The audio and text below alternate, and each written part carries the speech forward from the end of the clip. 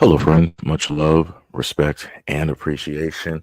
So, we are back again. And this is something, if you were here, and also shout out to anybody who made it to the last live stream from yesterday, because this is a topic that I actually touched on in that live stream as well. But I'm pretty much going to go back over as quick as possible with some of the things that you're able to see. So, the image that you're able to see here is of the woman who claimed that she was black, right? She claimed that she was biracial, all that other type of good stuff. Lo and behold, what was actually found out was the fact that, of course, one side is white and the other side is Indian, Caribbean, Indian, Jamaican, right? And these are pretty much the grandparents or whatever. And I'm like, wait a minute, ain't this the same exact thing that Kamala Harris did with the black community? Isn't this the exact same thing that black people were all around? They were like, yeah, yeah, yeah, yeah. No, she's black, she's black, she's black, da da da, all this other type of stuff.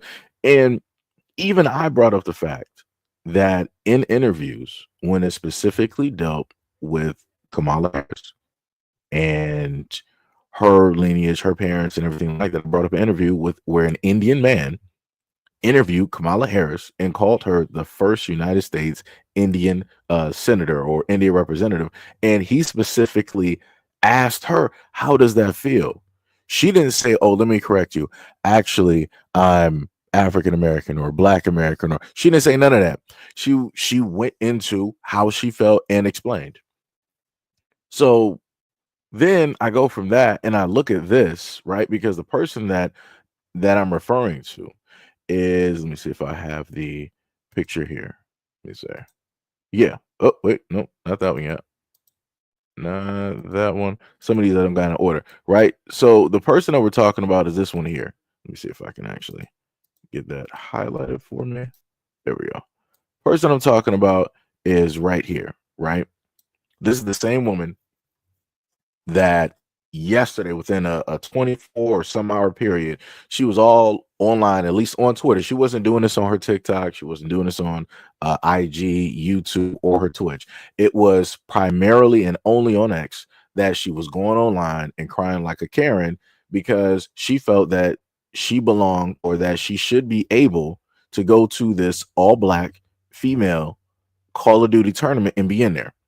Now, mind you, as I stated before, and I went through towards somewhere during the tail end of the last live stream, I was tallying up, her social media presence. So she already got 100 and something, on K directly on TikTok.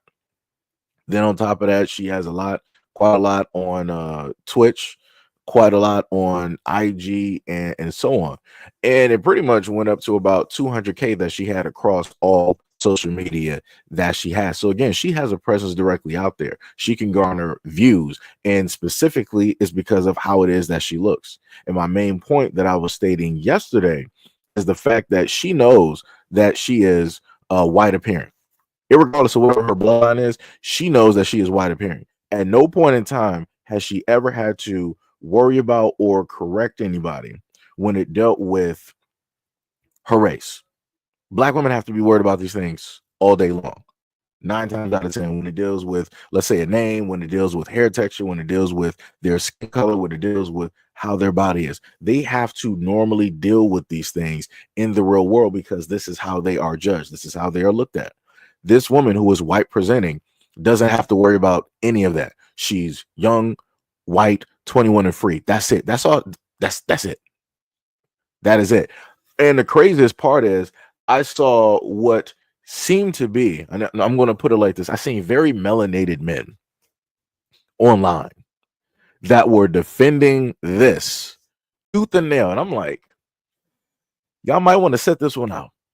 Y'all might want to set this one out. You might want to, because I'm like, I don't think a lot of y'all did any type of research before you decided to throw any type of super suits or capes on. You might want to just set this one out. And I just had to shake my head because I'm like, some people just don't learn. Some people just don't learn.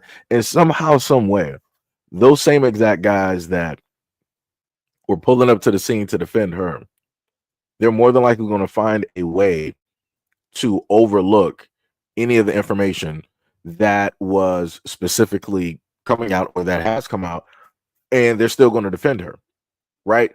And mind you, amongst a lot of those comments, you had other people that were pulling up to the scene to defend this. This looks like a Wovicki. This girl looks Paris Hilton white, and again, she's over there in the UK. But let me show you how problematic this is, right? The one of the problems that came in was this here, right? Now, let me see. I think y'all can kind of somewhat see this, right? You got this woman here who is Hispanic, and she listed quite a few things when she wanted to pull up to the scene and, start saying a lot of stuff, right? And some of the tweets, I got to kind of zoom it in on my side for myself here. Let me see. One of the tweets, and I had to block out some of the words because you already know what she's saying. She says, "Shout out to my ninjas for being a smart black person."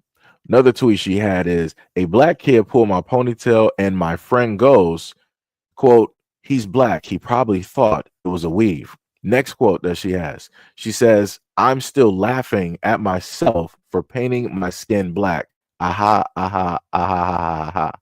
Next tweet that she has, "I can confirm once you go black, you never go back." So again, this is why I sit up there and try to tell a lot of black guys out there, or at least black Americans. I there's nothing I can do if people are Caribbean, Jamaican, African. Remember, a lot of people say me no black, me no black. I'm not black. I'm not black American, right? So again, this little part right here is for the black American men. This is why I try to inform y'all and try to tell y'all that you may want to be very careful, very, very, very, very careful who it is that you decide to sleep with and associate with, because lo and behold, online, this is how they decide to talk. Like I said, I've tried to give this warning to the black community a multitude of times, but as I found out over the years, a lot of people don't, they tend not to want to listen, and they want to live life by the seat of their pants. So, like I said before, a lot of y'all are going to just find out. You're going to mess around and you're going to end up finding out. And it'll be women like this that will inevitably end your life. They will inevitably pull a Karen, and then they'll decide that, oh, I'm pretty much done with this relationship. I'm done with, pretty much being with you, and I'm about to call the police. I'm about to create some type of lies, some type of narrative, yada, yada, yada, all this other type of stuff. Like I said, I promise you 9 times out of 10, when a lot of guys are dating a lot of these women directly out here, they're not looking through their tweets. They're not looking through their social media. They're not trying to find out and understand who this person is, who their friends are, and yada, yada, yada. A lot of people, I guess, are just meant to, mess up and find out. And sometimes when you find out, it's going to be a little bit too late, and you can't, pull that back because you only get one. Right? Just like Spider-Man said on Family Guy, everybody deserves one. That's it. That's all you got. And this further, again, goes back into the Snow White and how it is that she wanted to claim it is that she's black, but you got a lot of these other women who are not even black at all coming to bat directly for her and stating all of these, things that they realistically should not be saying at all on social media. And I'm like, realistically, if the woman who is stating that she's black, if she is actually black, then you wouldn't have to sit up there and make your account private. Because at this moment in time, her account is private. Anybody that's a quote unquote woman, that's white appearing, that has defended her online, magically, for whatever reason, a lot of their profiles are now private. I'm like, what happened? What happened, guys? So the plan that you guys had to try to break through into some gaming black community thing that, again, was not for you, because that plan didn't work. You were like, Haberdash, and you were like, all right, we're just gonna block everything. We're just gonna pack it all up, guys. We're gonna make our accounts private. We're gonna let this play out and fade out for a minute, and yeah, it's just gonna be that, and then we're gonna go right back to normal. And like I said, this is why I tried to tell again, a lot of black people out there, don't allow everybody around you. Do not allow everybody around you, because the moment in time that you got these people so used to being around you, they're going to show you who it is that they are when you make something specifically for you and you tell them that you're not invited. You're invited to 99.9% of everything else that we invited you to, but this one thing you're not invited to, they're going to sit up there and show exactly how ugly they are. Right? They are going to 100% do that. And if people don't technically know what it is that I'm talking about, let me again show you, because this is another defender of Snow White. And let me see, where is the picture? Let me see, that's the one that was that the one that was blurred? I'm trying to make sure before I put it up here. I want to make sure everything is blurred out. I'm not finding what I'm looking for. Hold on, give me a second. Like I said, live streams problematic sometimes. Also, much love, respect, and appreciation to any and everybody that is currently in the live stream. Okay, there we go. So this is proof of what I'm talking about, right? And I want you to notice the words that are being used. Let me go back and make sure that y'all can technically see this, right? So this is one of the people here. And her main quote that she said, again, the virtue signaling, she's trying to act like, she's for everybody. She was like, all I see is divide, divide, divide. Biracial women who present themselves as white, ? She's a biracial woman, period. Judging someone off of their looks sound very backwards to our goals as a society. Magically, this is that kumbaya moment, we're all God's children. If you had a baby by a white man, is your baby no longer part of your culture? Has to present as white, right? So that's her kumbaya, right? That's her like, oh, we're all one people, and yada yada yada, all this other type of good stuff, right? That's what she's saying. But let's look at those comments that she left online, right? She was like, I'm about to have a ninja moment. I'm not even black. Somebody let me know, white people, if anybody white is directly in this chat, let me know, why is it, or somebody that white, like anybody that's white, let me know, as a black person, why is it that y'all decide to stick your noses directly into situations that have nothing to do with you? And then once the truth comes out, now you don't got nothing to say. And because you don't want to be held accountable or responsible for your own actions, for dipping and diving into things that have nothing to do with you, now you want to go on private. Explain that to me, white people, honorary whites, white like. I need to know. Need to know. So Golden Brown said, black is not a nationality. That's cool. That's great. That is awesome. This is also my channel, so the terminologies that I like to use is what I like to use. So before anybody else wants to roll up here and try to tell me what black is not, FBA, BA, indigenous, aboriginal, again, all the definitions that I went over, I need all of y'all to like sit quietly and think about, when is the last time that you went to the United States government and told them specifically what your real name is and fought specifically for your land, and you told those white people in the United States government, including sitting presidents, to respect you, your family, and your lineage. If you have not done any of that, please don't bring any of that energy to me. That's all I'm saying. Because it's real cute and it's real awesome when people want to try to tell me and write stuff in the comment section, but yet you're not going to have that exact same energy towards the police. Huh? You're not going to have that same energy when it deals with medical malpractice, when you got these doctors and these nurses out here that you entrust with the life of your family member, when they decide to have ulterior motives for the black market and they want to end somebody's life real quick because they were like, well, your life ain't nothing, but your organs are more valuable, so we're going to sit up there and do that. So like I said before, you got a multitude of different groups that realistically know what it is that you are, and they're going to hold that secret tight, and they really don't sit up there and care, but everything else that you got on your person is more valuable. So like I said before, when you sit up there and tell those other people out there your actual value, who it is that you are, you tell them to value and respect you, and you have them walk those actions, you force them to walk those actions, then come back to me. Because that's what we're not going to do. That's what we're not going to do.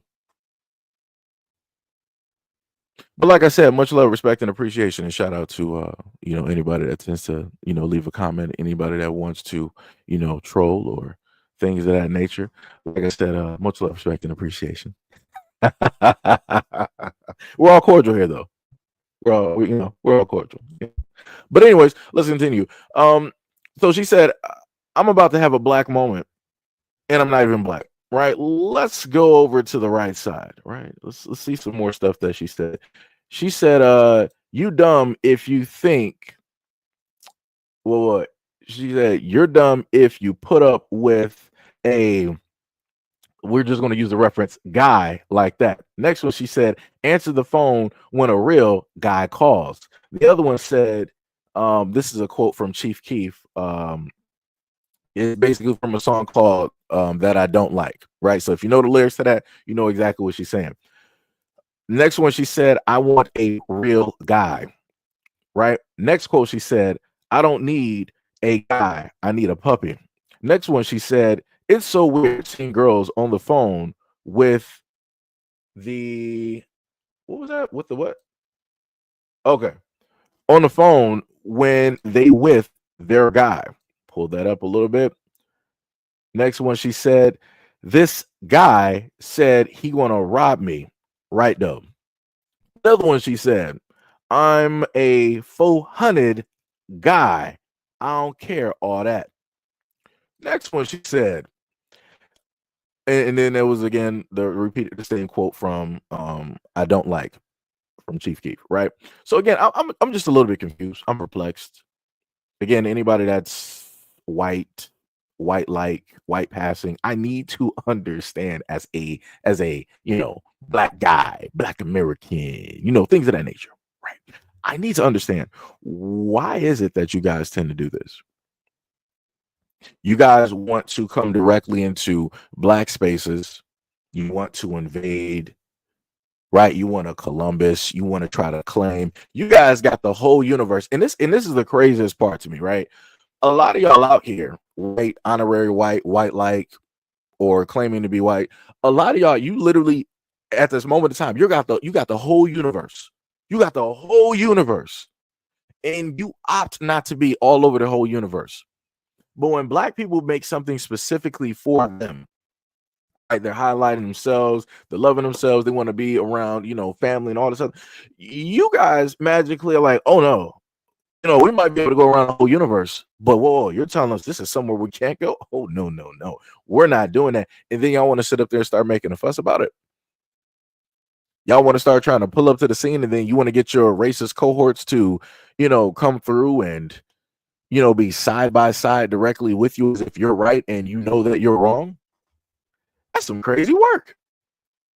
And like I said, if you were to ask any of these people who are defending her, are they actually, I'm talking about the ones that are as light or as white as her, right? If I can go back to the picture, because that was her grandparents, right?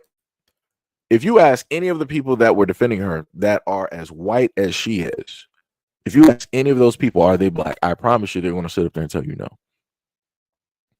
So for the life of me, I'm still trying to figure out, if you know that you're not black, why are you coming into a situation that has to do with black people? We got a counterfeit right here. Counterfeit. And again, she's from the UK. She's from the UK. Never in my life. Never in my life. And like I said, this is no, disrespect to those out there that are, learning and all this other type of stuff. But I'm saying in normal fashion. Normally, when I think of people from the UK, and I've heard people talk, they talk about from place of origin, right? They might say, let's say Etrian or something like that. They might say Moroccan. They might say Nigerian, Kenyan. They might be from Zimbabwe, right? Let's Kenyan, South African or North African, something like that, right? They're not going to sit up there and say that they're black. They're not going to say that. There's been too many conversations online where black Americans have conversations with people in Africa, and people in Africa be like, "No, I'm not black. I'm this. This is where I'm from. I'm Nigeria because I'm from, Nigeria. This is the culture. This is the heritage. Yada yada." And that's cool. That's great, right? That's them. So it's a little bit confusing to me to see somebody who is Paris Hilton white going online out of all of this time that she's existed online, that she could have done anything in the world, right? There's one black engagement that was started by a black woman, and you get mad because you can't sit up there and take part directly in it. But you could have easily started with all of the social media presence that you have. You could have literally created something. Matter of fact, if she was actually quote unquote a black woman, like she says that she is, even though she has a white appearance, she could have easily created something, right? Because of who it is that she is, she would have gained a whole bunch of notoriety. She would have gained a whole bunch of light and all this other type of stuff, right? This woman here that has such and such heritage, such and such bloodline, decided to start something for black women.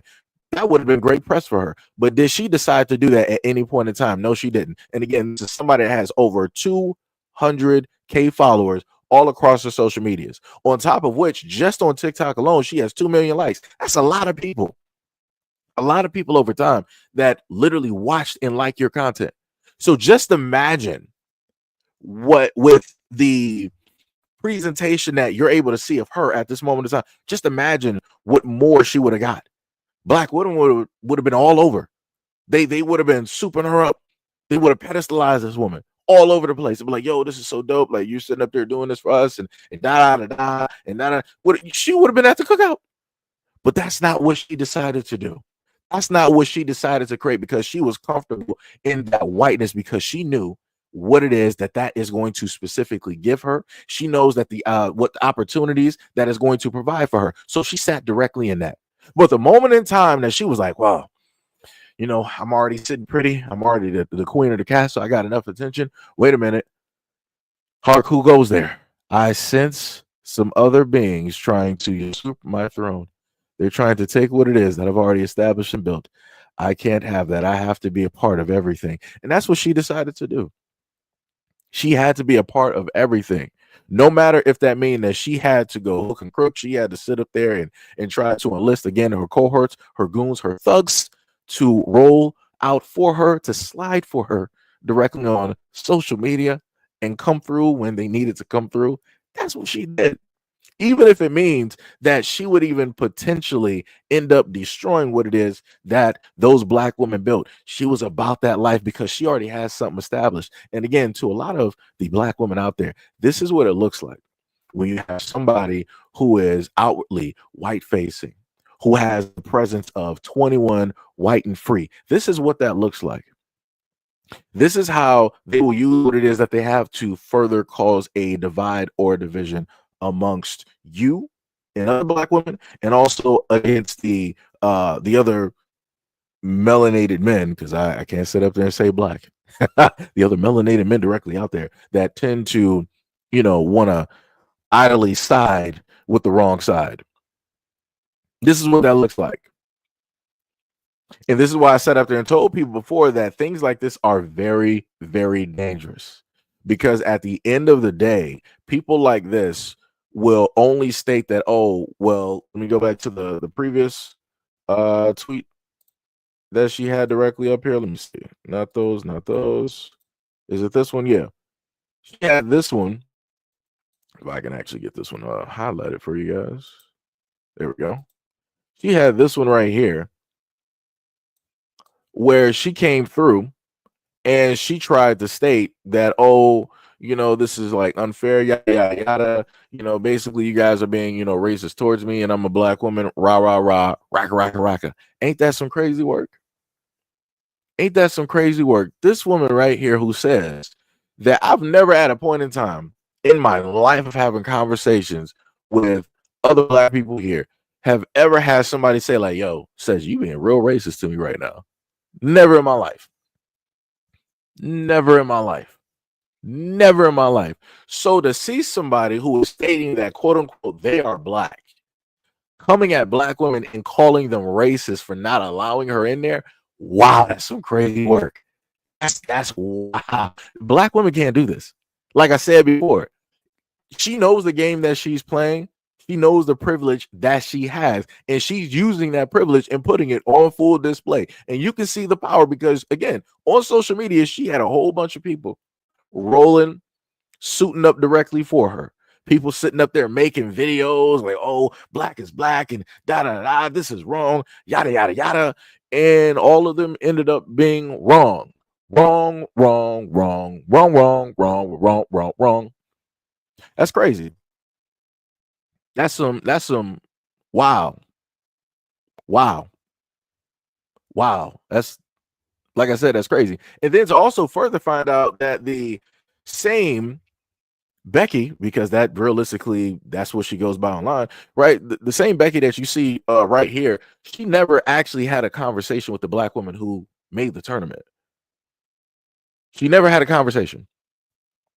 And I'm like, how does that work? How do you just try to invite yourself directly to a space, not even try to have a conversation or, just have some words with somebody to try to get an understanding? You just went directly online and just did this? You just So like I said before, to a lot of people out there, let this be an example of why it is that you should be very cautious. To other black Americans directly out there, this is why it is that you should gatekeep a lot of stuff. This is why you need to start tightening up and closing ranks, because like I told y'all before, if you really want to see who people are, start telling people that, yo, we're doing this for us.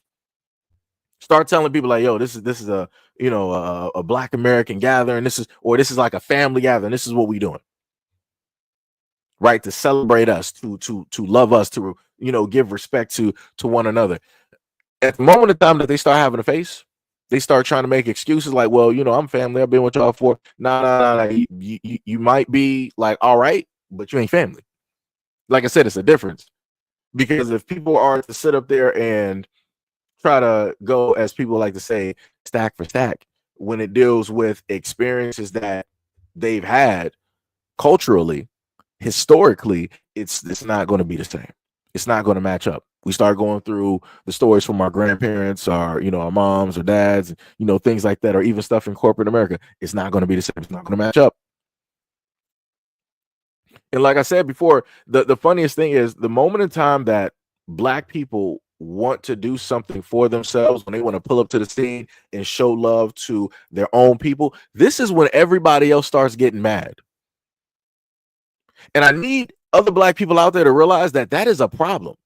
Like when white people want to show love to other white people, like they're proud about being white and yada, I don't get mad. It's cool. It's whatever. They be having, what they raisin, nut, walnut, potato salad, and they be throwing tuna and cranberries and all this other type of stuff and macaroni and calling it a dish. Like whatever y'all want to say, y'all can go ahead and do that. I don't have no problem. I don't even need to be around them parts. When it deals with the Asians, and they be having all of their, Asianry and culture and all of that stuff. That's cool. You loving your people, you loving your culture, you loving who it is historically that you are, no problem. When Africans are sitting up there doing, all of their, parades or whatever it is that they sit up there and do celebration, it's cool. You love yourself, you love your people, your culture, your heritage, no problem. When everybody else does their thing, I, as a black American, I have no problem. I let people have that room because I understand it.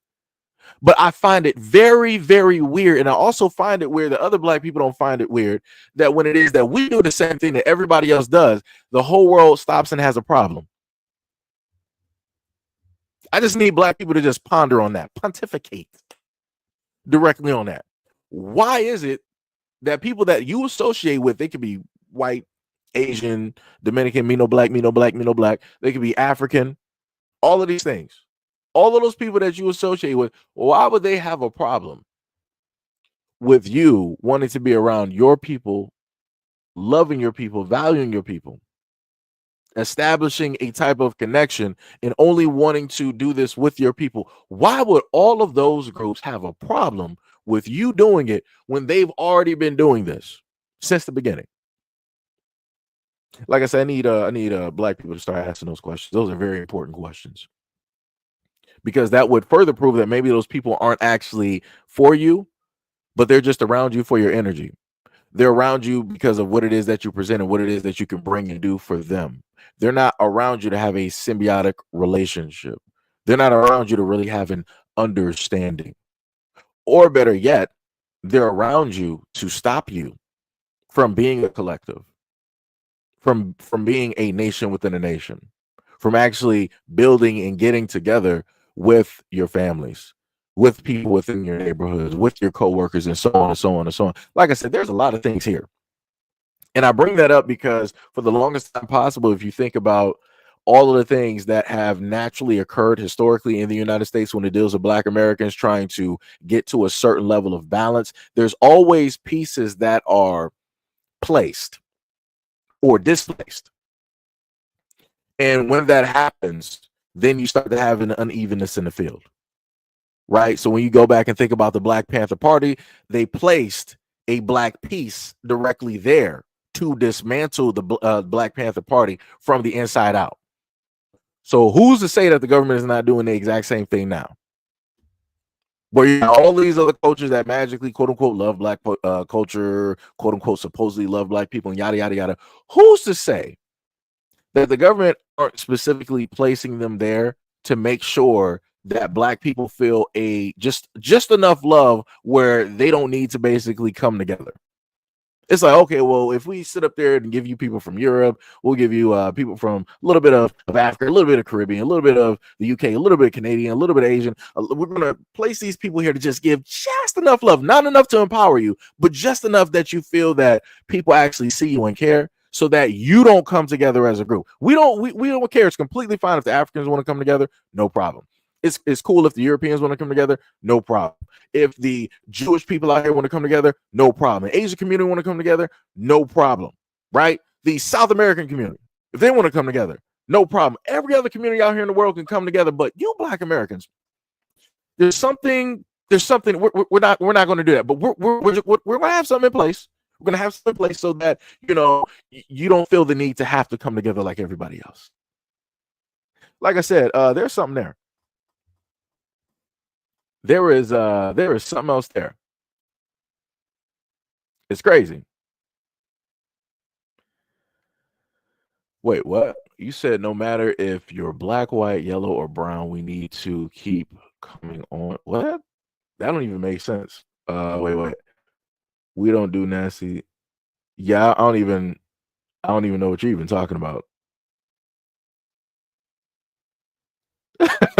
Mo was like, the Bermuda Triangle is lovely this time of year. Yeah, it is.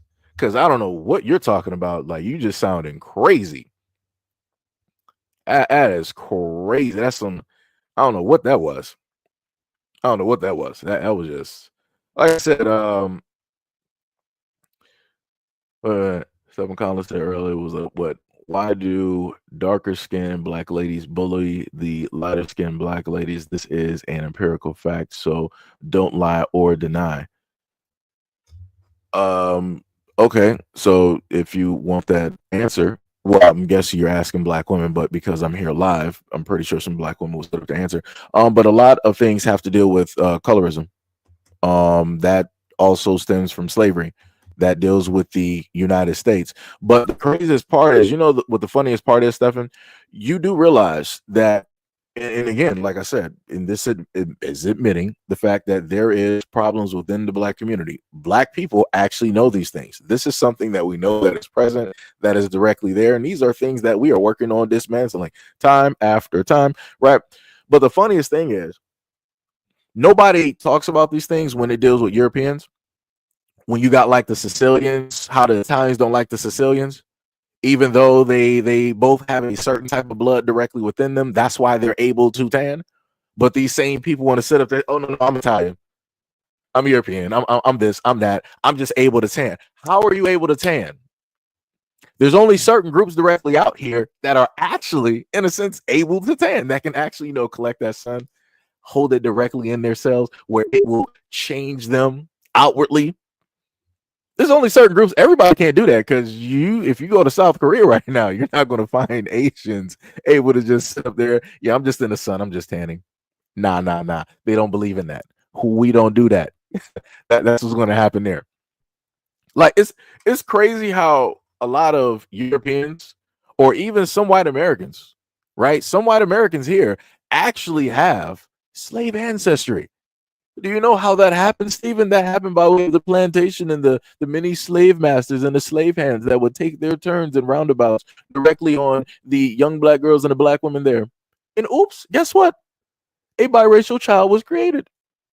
Ooh, color me surprised. And then from there, because that history is so long and, far long ago, a lot of white people don't want to sit up there and actually do their due diligence or their history. So they're like, oh, I'm just white. And then when they're around their other white folks, they were like, oh, wow, that's so cool. You're able to sit up there and get a tan. I wish I could get a tan like you. Well, yeah, I guess you could if you had that slave heritage. But nobody wants to talk about that, though. But again, when it deals with the quote unquote black community, and again, this one right here, she's not even black. So if you're referring to Becky right here, she's not even black. What are we doing? What are we doing? This is I can't even say that this is I'm trying to get my words right. I can't even say that this is even a Kamala Harris, because Kamala Harris ain't even this white. You know that she's Indian, but she ain't even this white.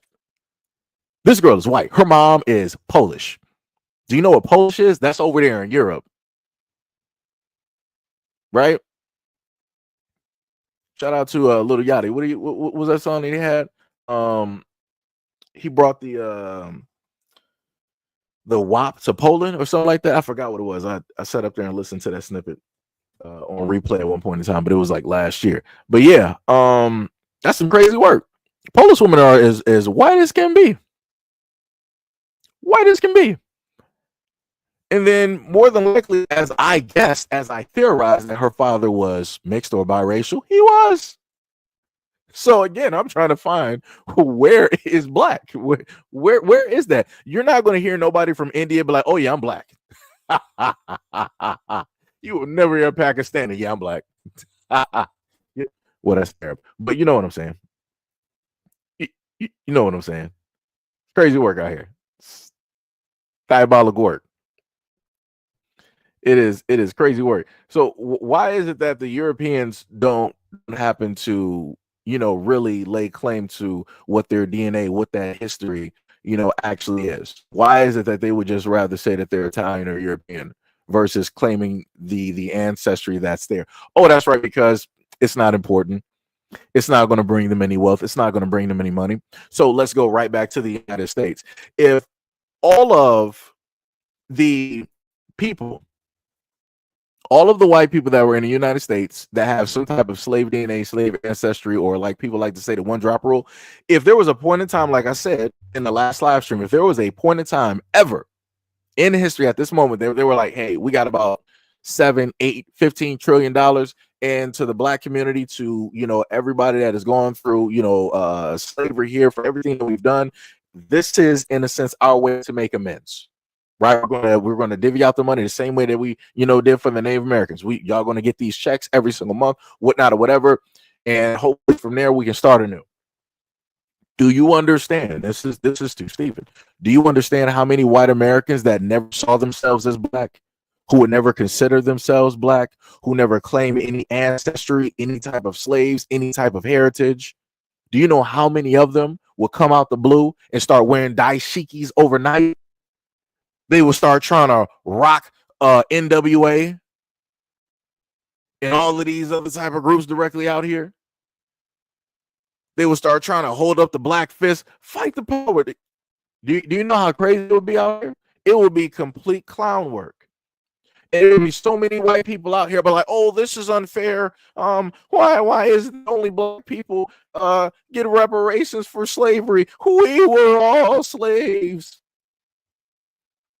My ancestors were Scottish and Irish. We were slaves too. Where's our reparations? This is racist. Well, guess what? Take it up with your white sky daddy and have him rectify that for you, and go to your local congressman, write some letters, make some phone calls, shake some hands, and see what you can get done. Like I said, I don't know what to sit up there and tell you. If any moment in time that happens, I'm laughing.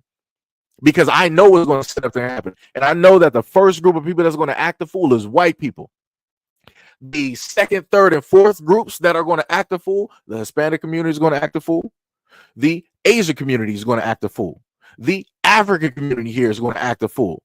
Everybody else that is not Black American will sit up there and start acting a straight fool, and they'll start trying to do all of these DNA tests and whatnot, whatever, to prove that they are owed this money too, when realistically, they shouldn't be getting nothing. You know, the funniest thing that's going to sit up there and happen, there's going to be a lot of people that are Black Republicans that said that slavery was so long ago. This doesn't need to be American history and yada yada yada. Out of nowhere, they're going to be like, "Oh, the American government is great," and you know, they're starting to, you know, repair what was. Man, let me tell you, the amount of people that are going to start to change the way that they talk is going to be crazy once money is involved. It's going to be so many white people out here that's going to claim that they've always loved Black people. You're going to have people that used to be a part of the white hooded bunch that are going to come up. Yeah, boy, I used to I was one of them too. They ain't going to fully say it. They're not going to fully say it, but they're going to sit up there and point. Yeah, I'm one of them too. Yo, it's going to be crazy. It is going to be crazy. Man. It's some crazy work. It is some crazy work. It is some 100% crazy work. Let me tell you. It's only gonna be certain groups. And like I told a lot of Black people before, if you really want to see what people think of you, let reparations ever happen. You're going to see the whole world start hating Black Americans. I kid you not. Everybody. And especially if they just came to the United States, or they've been here, let's say like 60, 50, 40, whatever, all of them are going to start to look at Black Americans with a side eye. They're going to, is going to be some problems. But the funny thing is, other than that, you're going to start to see, once reparations actually happens, if it ever happens, all of these companies that never cared anything about Black dollars, Black money, everybody's magically pro-Black. Anytime something happens, you got everybody now speaking, because they know that Black people got money and they want to share that money. They want to share that attention. They want to share of that, that long 15 minutes of fame. Every corporation that has never had any type of Black colors as their logo, like they do with the gay community, everybody's rocking those during Black History Month. Toyota, Nike, Xbox, no, I'm sorry. Microsoft has actually done it. Let me take that back. PlayStation, Nintendo, all of these corporations going to be rocking all types of Black colors to sit up there and show you. You're going to see people bring back out Wakanda forever. You're going to see people doing. I'm telling you, it's going to be the craziest thing. It's going to be the craziest thing. Craziest thing, man. Wakanda forever. I never fleece. Never fleece. What was it? New Era said, at Stefan, did you ever answer Steji's question? You said, Stefan said, man, I'm Scottish and we were enslaved and everyone is still slaves today. Black people been told everybody that they still slaves. What are you even talking about? And this is what I said before. What is this? Collins, Stephen. It's a difference between your people coming directly over here or being in the Caribbeans or whatever, and being indentured servants versus being slaves. It's a complete difference. Look up the words. Indentured servitude. Look that up. It's a complete difference. And I just want to be very clear. The only time realistically that I even know of white people talking about slavery is when it's in comparison to Black people talking about it. Because normally, naturally, this is not a conversation that y'all even have. If you are white, and this is just me theorizing, I'm looking at the name Stephen Collins. It sounds pretty white to me. It sounds as white as Bradley, whatever, right? Bradley Zachariah or something like that. It sounds like someone on a job application for somebody who works as a CEO. So we're going with that, right? I know, at least factually speaking, because I've been around multitude of groups and I've heard conversations from younger white guys to mid-range white guys to older white guys. Never at any moment in time, no matter what their history is, slavery is not anything that is brought up. It is not anything that is brought up. They'll bring up anything else, any other conversation, any other governments, anything else going. Slavery could be going on in Africa right now. They'll talk about that before they'll talk about something that has to historically do with them. So it's crazy to me that anytime that black people talk about slavery, everybody else now want to talk about slavery. I'm like, how that work? Everybody else had all the time in the world to sit up there and bring up these topics, to really talk about these topics, to really push this in the very forward. The only people that I know who consistently bring it up, who consistently have dialogue, topics, conversations, or try to educate people about it, it's only black people. Ain't nobody else doing this. Everybody else is usually like, oh, this is so long ago. This is so far ago. Why are we still talking about this? It's crazy. It's crazy how that works. People only want to bring stuff up when black people happen to bring it up. Oh, we got Bushido in here. What's up? What's going on? That's some crazy work. Let me see. I'm just trying to go through. So what's good? People got D money in here. Also, shout out to the 107 people that are currently here at this moment in time. Much love, respect, and appreciation. Stephen said, apologies for joining your live stream and talking. Apparently, all white people are racist. You said it, I didn't. I don't know what to sit up there and tell you that.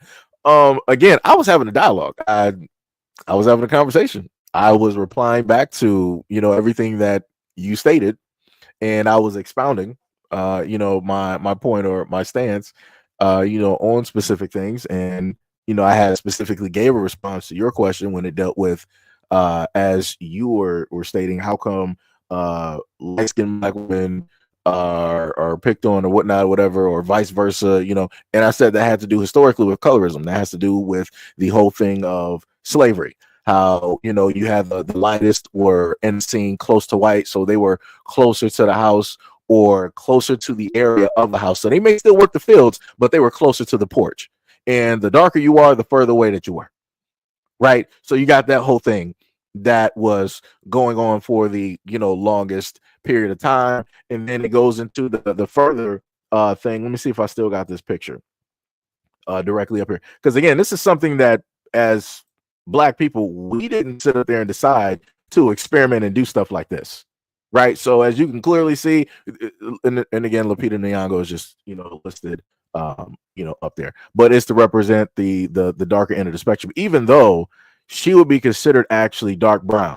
There's actually others out there that are darker than her, right? But for all intents and purposes, this is what it is, right? This is not anything that black people decided to create. We didn't decide like, oh, let's see how far we can experiment. Let's see specifically what we can actually do with genetics. We didn't opt or want to do any of this madness, right? I'm trying to see if I can find the previous pictures there, right? And let me go to the slave descriptions there, right? Let me see if I can zoom those in directly for you. Again, let's look at this, Stephen. Slave descriptions. This is not anything that black Americans created. So what we got here, mulatto, half black, half white, right? Griffey, mulatto and Native American. Quadroon, 1/4 black, 1/4 white. Yellow, almost white, which is Asian. This is why a lot of when black Americans are basically talking and they're trying to educate people, especially those who are Asian, this is why we say that Asians are white. Again, this is not anything that we made up. This is not anything that we made up.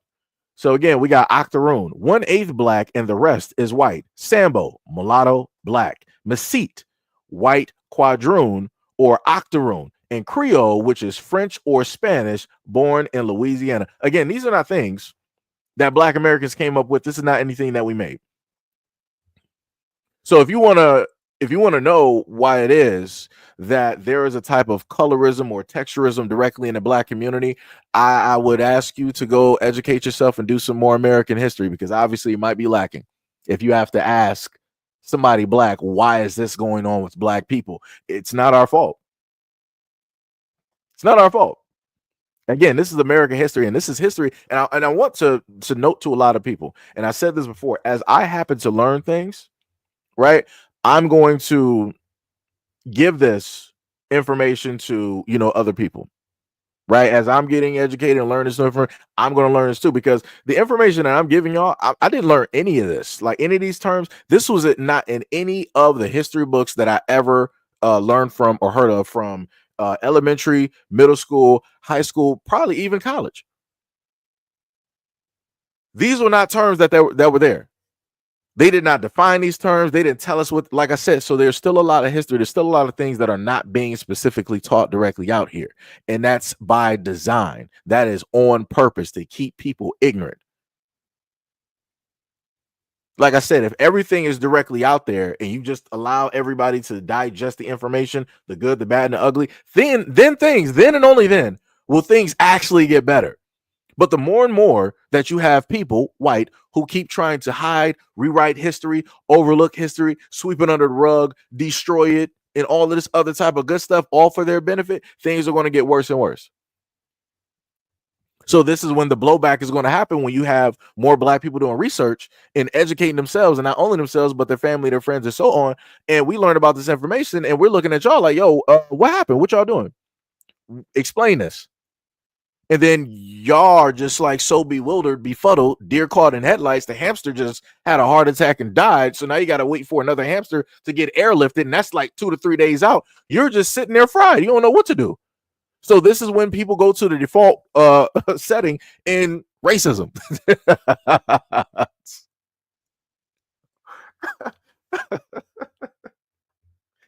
And this live stream has been brought to you by racism. Racism is accepted wherever true Americans are.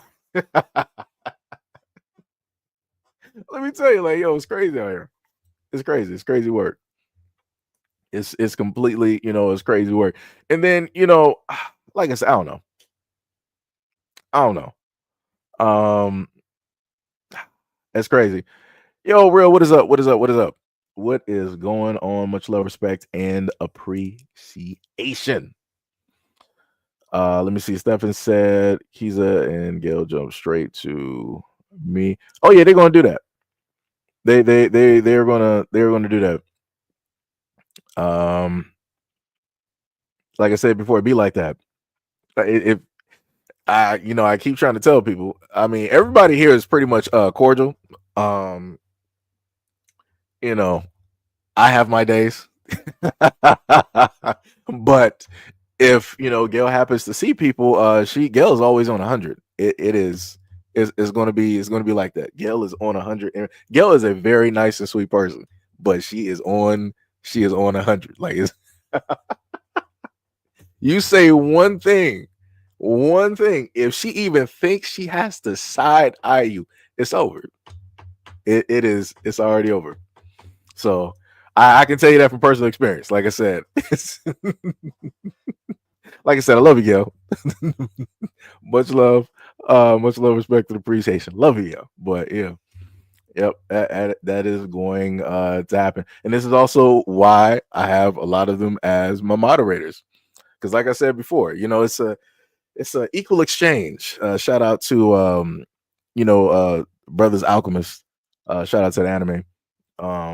Or symbiotic relationship, because some days I might already be on 100 for whatever. A lot of people have seen that countless times, and other days I'm completely calm. This is one of my calm days. So you got other people that might be on 100. Hey, it be like that. I don't know. I don't tell you. Shout out to the one of many for the $2 donut. Actually, I forgot to put the banner directly up there. I don't know what I'm doing. I'm slipping directly out here. Shout out to one of many for the $2 donut. We're going to round that $1.99 up to $2. Said their system now is racial feudalism. I haven't heard that word since I think, what was it, Samurai Champloo and Rurouni Kenshin.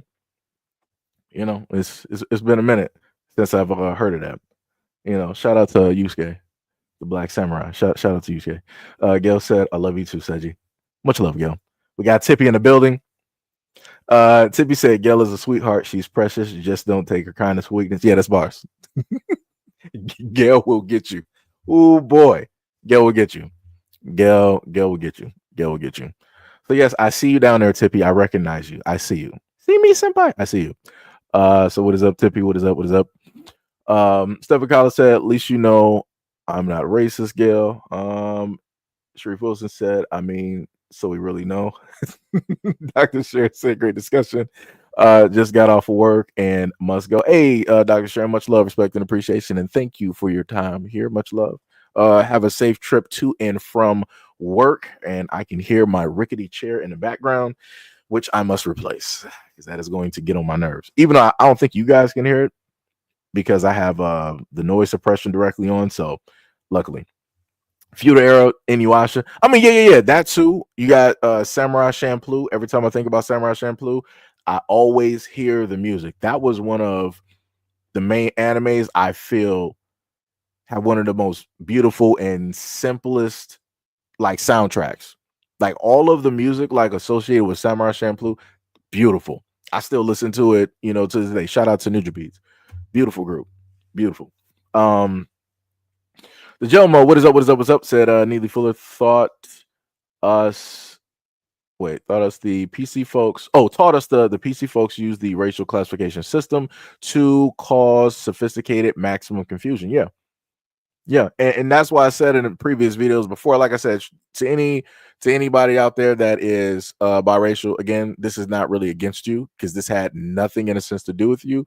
This is because of your parents. That is a choice and a decision that your parents decided to make, which caused confusion and all of those things. The parents enabled that, not you, right?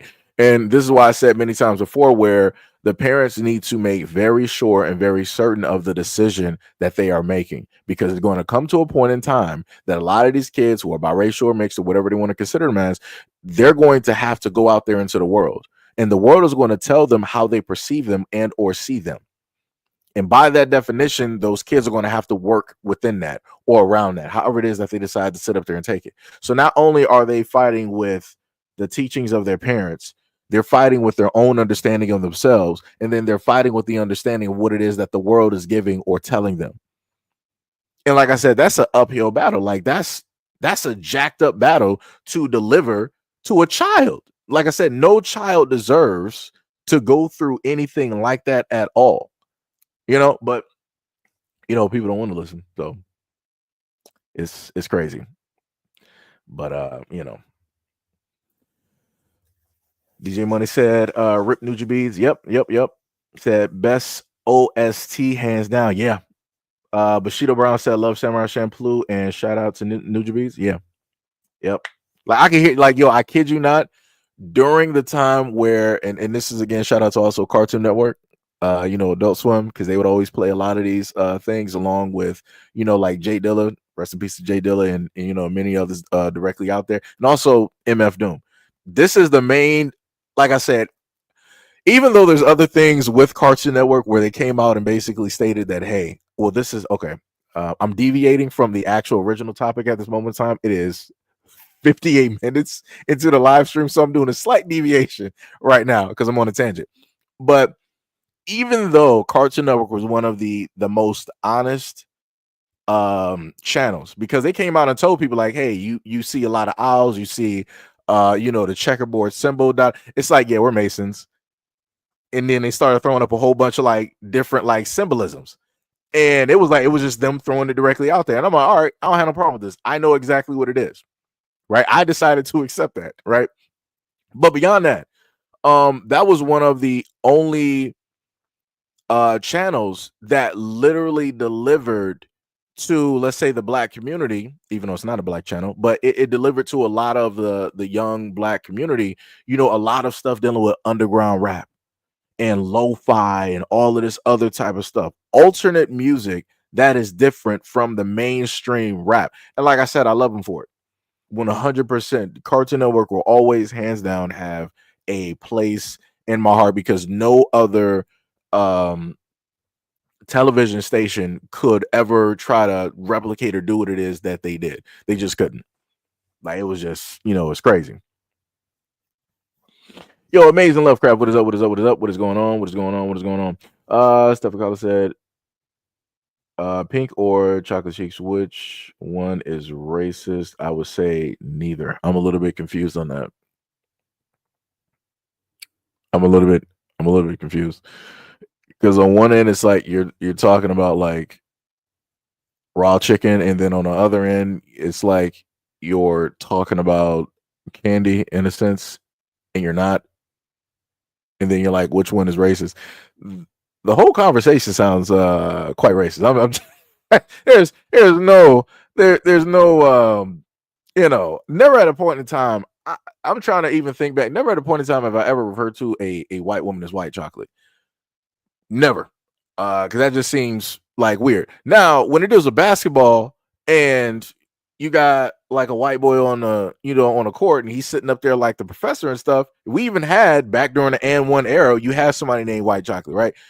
That was just like a nickname. That just is what it is, right? There was nothing sexual about that. It was like, yo, it's a white boy out here. We're considered to be, dark or black chocolate. So bam, white chocolate. That's how that works, right? But it's very weird to sit up there and see people that are more than likely not black refer to black people as chocolate. It's like, what are we doing? It's like how it's like, do you not understand your history and how it is that you really shouldn't say or use certain types of words? Because realistically, I can take a page. Do I even got the book up here? I don't even have it up here. But just to kind of paraphrase, back during the days of slavery, when it dealt with black Americans, I can't speak for everybody else, but more so for black Americans, Europeans, whites, pagans, Christians, what they would like to do is they would cannibalize a lot of the people that worked for them. They would turn them into oil. They would turn them into shoes, into earrings. They would turn them into book covers. They would shave off their hair and they would put it directly into couch cushions or chairs.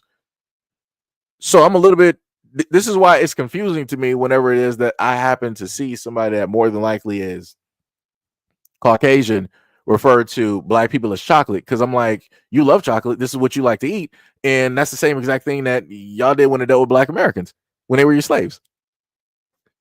Just saying. Just saying. Just saying. Just saying. He was like, she used the color, I use the color. What? What?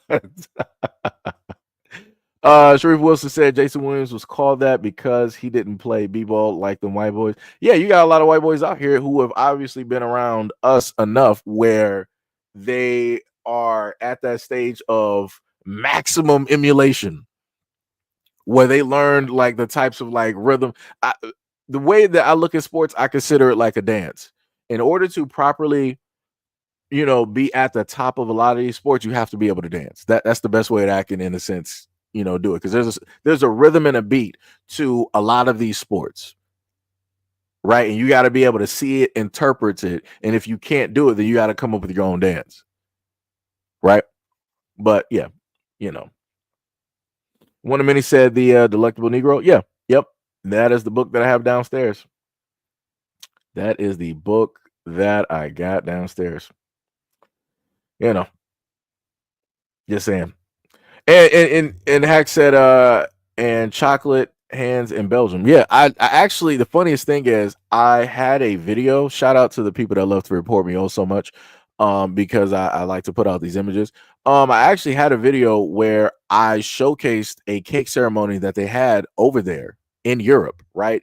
And it was supposed to be, let's say, Sarah Bartman. So you had somebody that was obviously European in blackface with hair, and the rest of the body was a cake. They were under the table, but the rest of the body was a cake, and it was that of a black woman, and they were cutting directly into it. And as they were cutting into that cake, the person in blackface would decide to scream out in agony, and everybody that is white is just sitting there laughing. So like I said, your people like to make a mockery of a lot of things historically out there in the open. Y'all like to make these types of jokes, and y'all want to sit up there and say that, it's not racist, such as what is it called over there in Europe? I think I did a video on that. It was called what, Dark PT or Dark Pete?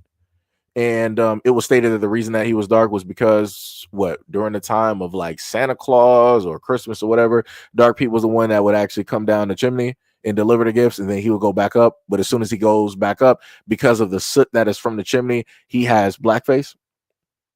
and he is celebrated religiously, and it don't have nothing to do with race, and I'm like, okay, all right, sure. Like I said, over there in Europe, they can play with everybody else's intelligence over there. They can do that to the Africans, the Caribbeans, and everybody else, and people over there will eat it up. You ain't doing that to Black Americans. You are not playing with our intelligence. You're not going to sit up there and tell us, oh yeah, it has nothing to do with race. It was just a simple European boy that was working for Santa Claus, and it's crazy work, man.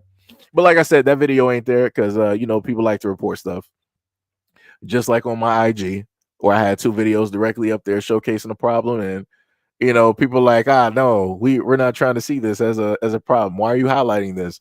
Report. And yeah. So like I said, shout out to those people out there that be following my IG so tough that y'all like hitting that button quick, boy. Y'all don't even want to have a conversation. Y'all just like, I can't handle the conversation. I can't handle the information. So I'm just gonna get it up out of here. Shout out to y'all.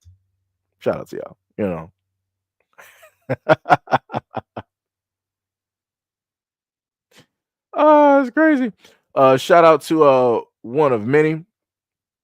What was it called? You said Belgium and King Leopold mocked the Congolese with the chocolate hands and the Zwarte Piet. Yep, that's facts. That is facts. 100%.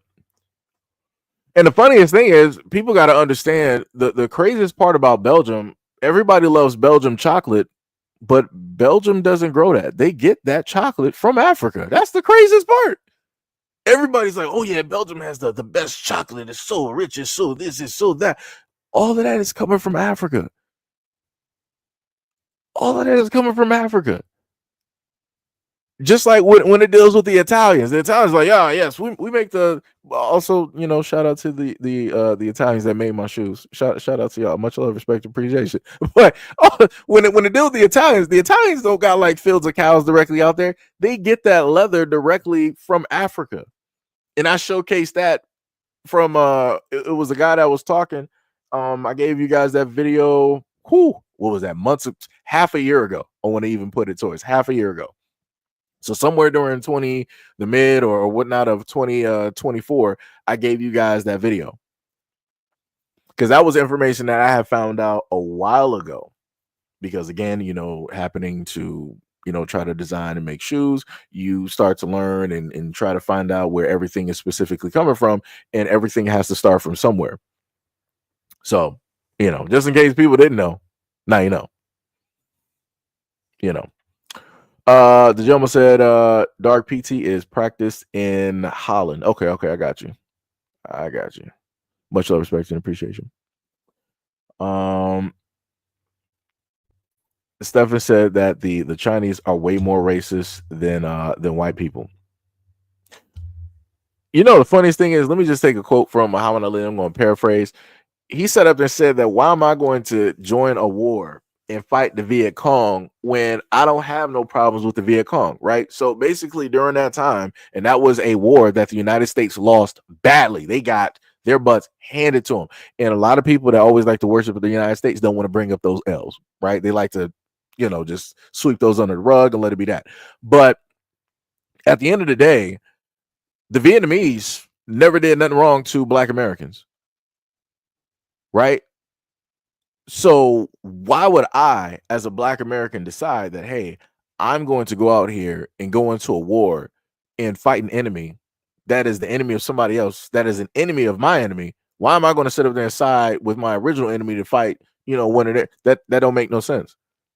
So like I said, you had Muhammad Ali and many others. They were like, yo, we're not doing this Vietnam madness. We're not advocating or telling Black Americans to jump directly into that, because there is nothing in it for them. There is no reason for them to specifically do it. Those people are not attacking Black Americans. If you want a problem as white Americans, if you and the government want a problem with them, by all means, go ahead and go do it.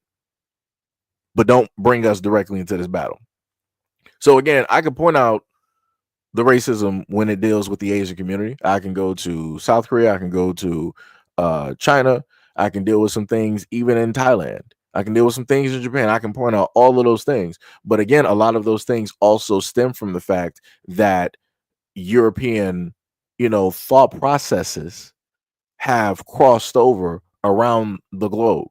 So if you got black people dealing with colorism and texturism, then what does that mean for everybody else? This is why you have, going back to the description, where, because you said earlier, you was like, Asians are more racist. Remember, these are slave descriptions here. They said that yellow is almost white. So that's honorary, right? So they're pretty much in the exact same system as white folks, because that's where white folks put them. So you got the hierarchy. You got white, you got Asian, you got Hispanic, and then potentially Indian. You got those main groups who are honorary or considered to be white. Who created that system? Who's at the top of that system? So it's crazy that you would say that Asians are more racist when they're not the ones that made the system. They're not the ones that came up with these terminologies that are literally directly in front of you for like the last 30 minutes. that's some crazy work to sit up there and like shift the goalpost on racism. It's like, whites got a problem. Nah. These folks over here are actually far more racist. Nah. Racist to who though? Because you can't be talking about Asians are racist to white folks, because I be seeing a whole bunch of white men and European men going over to Thailand, going over to Bangkok,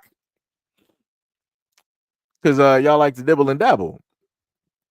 Y'all like to mess around, right? So it's a lot of things going on. People want to get real dirty. People want to have be in some mud parties and stuff. People want to do some stuff, and then you want to leave Thailand, these other Asian countries, and then you want to go back to your European countries or America, and you want to act like everything is all gravy, like you the king of the world, like you Heat Man, but you were just over there, back getting blown out, getting stressed out. It's crazy work. So I'm a little bit confused. I don't know what that racism is, because you ain't talking about nothing dealing with you, because a lot of men of your nation are over there doing a lot of stuff, a lot of things, Like I said, I'm going to really have to bring up that video where this older European Caucasian man was dressing up as a woman. They had the whole plastic, had the whole silicone, body part. You know what? I actually had to do a deep dive and I had to look this stuff up. I'm like, can people actually buy this stuff? And it's like, yeah, they sell this on Amazon. They literally sell silicone, all silicone plastic parts, no matter what you need. You can have the upper part, you can have the face, you can have the lower half, the legs. They got all of that directly online. Some main ones that they kept showcasing were the ones where you would have men in those suits. And I'm like, oh, they didn't show women trying to do this, trying to, dress up and do all of this and, just be on the strip with a six pack. No, they wasn't doing that. They made sure to sit up there and show Caucasian men in these suits. Just saying. Just gotta put that directly out there. Like I said, there's a lot of things that the European white community needs to fix, needs to talk about, needs to open up about. And that's one of them. That's one of them. Y'all be seeing and looking at delicacies all over the world. Crazy. And y'all be paying too. Crazy. And a lot of these people are not of age. Even more crazy. Crazy work. And then some of y'all at the Super Bowl want to roll up and start singing Kendrick, Not Like Us. He talking about you too. Crazy stuff. Talking about you too. But like I said, people don't get it. The meaning to a lot of things has been lost to the ethos. Has been lost to the ethos. Shout out to all 95 people that's here. Much love, respect, and appreciation. Much love, much love, much love. Much love, much love. Tippy said, well, Asian worship white people, so they learn everything from them. They're in Africa and Jamaica taking them over. You know what, Tippy? You know what? I am so glad that you brought that up. That is a great segue, Tippy. Beautiful, beautiful, beautiful mind, Tippy. Beautiful mind. Because I actually have a video. Let me see if I can post that. Because I just want to highlight, it's a very quick flash in the pan video. And oh, I didn't get that video. Word. Hold on, let me try to go back. No. You gotta be kidding. All right, let me see. I might see if I can pull back real quick. I'm gonna have to scroll all the way up. I gotta go past the avatar. I'm trying to actively remember where the video was. Hopefully, if I was smart, I want to see if I bookmarked it, but I'm not sure if I did. Also want to state that in Burkina Faso, they were digging and they found oil. So they're going to probably have some oil drilling over there pretty soon, that's beautiful. Like I said, a lot of things are happening over there in those African nations who are deciding to take their power back and to kick Europe directly out of there. Like I said, shout out to them. Shout out to those people who are realizing and understanding who it is that they are and the power that they have, and they are, taking hold or capture of that power and using it for them instead of other people using it for themselves and their countrymen. Shout out to them, for doing that. Much love, much love.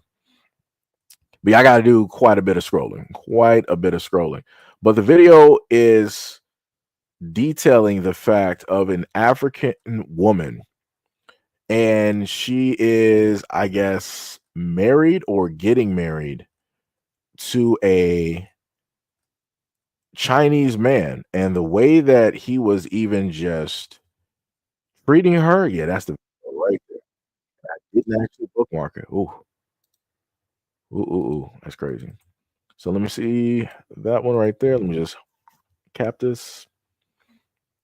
Give me a few seconds. And we are set.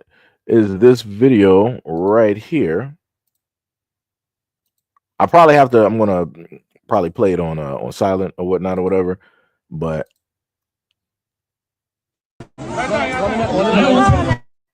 right.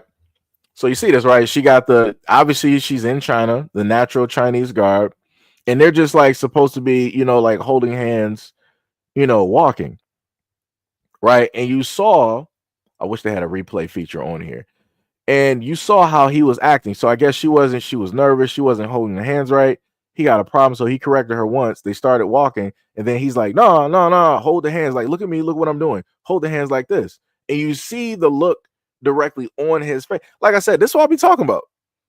This is the type of stuff that I'll be talking about, but people don't want to sit up there and address this, because you got some Africans directly that be on social media that want to come through and they want to start talking nonsense to Black Americans. You better go out there and be saving your women. You better be stopping this from sitting up there transpiring and taking place, because this for me, it is 1,000 red flags. If you're a guy and you're acting like this just over walking, like, you would technically, maybe you might expect this from like the bride, because she wants everything to be perfect, but even a bride wouldn't go out of her way to do something like this to her husband on the wedding day. And I've seen bridezillas. But for this guy to do this to his wife, that says a lot of, she's going to have a hard life. She's going to be having some medical visits, if she would even be allowed to even go to the hospital. It's going to be a hard life for her. Like I said, I don't know how she got directly into this situation, but this ain't it. So like I said, for a lot of these African people directly over there, stop allowing this to happen to your daughters. If you actually love and care about your daughters, stop allowing this to happen. This is bad. This is 1,000% bad. But it is what it is. It is what it is. People got a lot of energy for Black Americans, but never have energy for this. And I got tons of videos to showcase how Asian men treat their women in their communities. And I'm talking about, it is bad. I'm talking about, it look like gang initiations over something that's simple. And they're just out there just like stomping the yard. It's boy. Oh boy, it is bad. It is real bad. It is so bad. But like I said, nobody wants to, nobody wants to really pay attention and bring it up and talk about it. It's crazy work. Wait, ain't you the same one from yesterday? You're like, I love black, white, and Asian. I don't care what you love. This don't have nothing to do. You better find you a river. You better find a dog, a puppy in traffic. This is like I said, you keep pulling up in here for like no reason. It's like you could literally go to like a Christian channel and be trying to, spread love, and nah, that's not where you want to be. You want to come directly to something that has nothing to do with whatever it is that you're talking about at this moment in time, just to try to change the topic. Crazy work, but it ain't gonna work because we're going to sit up there and hit that replay right again to show what the problem is. To sit up there and show directly what this problem is. Like I said, this African woman getting mistreated out there in public. And I want people to understand that over there in China, when women in the United States, happen to say that they don't have no rights. No, sweetheart. Over there in China, you have no rights. If you want to talk about being property in China, you are property. In a lot of these Asian countries, you are property. You have no rights. The man is going to directly speak for you and all of that other type of good stuff. And if you don't have a man, then guess what? They're going to call you leftovers. That's what women who are in their 30s, from a video that I did previously, because everything is starting to come back a little bit. A few years ago, I did a video where they did a documentary on women in China. I think from probably 25 on up, if you are not married and or engaged, you are considered leftovers, because that means that no man wants you. You don't got that in the United States. Women are able to you can still go out there and date. It is what it is. It's whatever it is. You can get married at, whatever it is that you want to sit up there and get married to. You're not ostracized to the point where you are lonely. When you are literally that is not how that works in the United States. Because there's women right now in their 40s that are still going to clubs with 20-year-olds. It is what it is. I may have my words about that, but like I said, that's what freedom looks like. That's what freedom looks like. Now, will you sit up there and find that exact same thing over there in those Asian countries? That's the question. That is the question.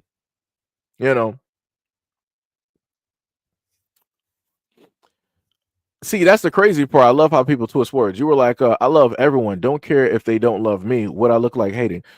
That don't have nothing to do with hating. That has zero to do with hating. And this is why I love when people want to try to misrepresent, or they want to try to swing your words or twist them into something else. And I'm like, that's not how that works. That's not anything that I said at all. I said everything that you listed about loving white, Asian, or whoever. That has nothing to do with this conversation, nothing to do with this topic. And the only time that y'all want to bring this stuff up, y'all trying to do some kumbaya type. No. Don't nobody got time for that. Because the time for kumbaya was when Black Americans were trying to tell people like, hey, we slaves and we are human beings. We should be seen just as you. Black Americans have always seen everybody else as human beings. It's just, a common knowledge and a fact that everybody else never saw Black Americans as humans. But now the moment in time where Black Americans are like, yo, we're going to reserve and conserve our energy for ourselves and whatnot, or whatever, all the love and respect and all that, we're going to give it back to ourselves. Something that we were lacking, something that we were missing because we were giving it out and dishing it out to everybody else so freely. We're going to reserve that and start, bringing that. We're going to siphon that back in and build that back up and disperse it onto our community. Now you got people talking about, I love everybody. We do not care. We do not care. We do not care. Or at least, you know what? Let me not generalize, right? Because I have a bad habit of that, right? As people like to tell me, let me not generalize. I don't care. I'm not going to speak for everybody. I'm going to say that I don't care because it's a little bit too late. You said, it's how I live by it, not talking about you, big bro. I mean, that's cool. Like I said before, no problem. That's cool. If that is the way that you live your life, I ain't even trying to change that. Go out there and be free. Go out there and do what it is that you do. I'm just sitting up there telling you, a lot of people that's at least Black American, I'm not sure if you're American or not, a lot of us ain't even trying to hear it because we've been so on the mode of trying to love everybody else and care for everybody else that we haven't done that for ourselves. And this is another reason why our communities looks the way that it looks. This is why the relationships that we have with our families are the way that they are, because we have decided that, hey, we're going to give to everybody else. We're going to love, we're going to nurture, we're going to feed, we're going to lift up. We're going to insert, said culture, music, or thing directly here in order to propel them. We did all of this to everybody else in a lot of other cultures directly out there. And then in return, what did Black Americans get? Nothing but silence, but darkness, but left behind and told that we have nothing. After giving all of that love, all of that support, all of that energy. So now we're just like, all right, we're about to start banding up. It's good. No problem. We see what it is. Like I said, at this moment in time, I feel as though not everybody, but a lot of Black Americans are starting to wake up and starting to get the fact that, hey, we are really on our own. We are really by ourselves when it deals with a lot of these things. And especially when it's, the world. We are really on our own. Everybody else has their nations, their collective and whatnot or whatever. We got this little microcosm that we're just trying to, keep. So, it's crazy. It's crazy. But anyways, let's continue because I want to, go into a few different videos, one of which is this one here. And I want to hear y'all thoughts on this once you hear it. All the stuff I do for you as a mother. Literally, I take care of you, I feed you, I cook, I do all that. Oh, let me just go into the whole thing. Right. So the title says, I asked my 13-year-old son, could I use his birthday money to pay the light bill because I was short on the bills? And he said no. So I want y'all to listen. I want y'all to specifically listen when the kids start talking. I want y'all to listen. All the stuff I do for you as a mother. Literally, I take care of you, I feed you, I cook, I do all that stuff. And all I did, I asked you for your birthday money so that I can pay the light bill. You don't want to give me the birthday money. So I am taking the PS5 back so I can get the money so the bill can be paid. Well, how you going to ask for my birthday money that I got on my birthday to pay the light bill? And why you trying to take my PS5 away? Well, you can't play the PS5 anyway if there ain't going to be no damn lights in our house. You shouldn't have been going out so much. You would have had the money. What happened to the income tax? Turner, first of all, I'm an adult. Stay out my business. Ooh. When I come to you as a mother and I'm telling you there's an issue where I need help, you help. Going out so much. I'm tired of you going out. You need to spend time with us and you need to spend money on your bills. Leilani, I'm not even talking to you. So you stay in a child's place. No, you said stay in a child's place, but you asking my brother to pay your bills. And just like I said, you need to start spending money on us and stop going spending money on yourself and your little boyfriend.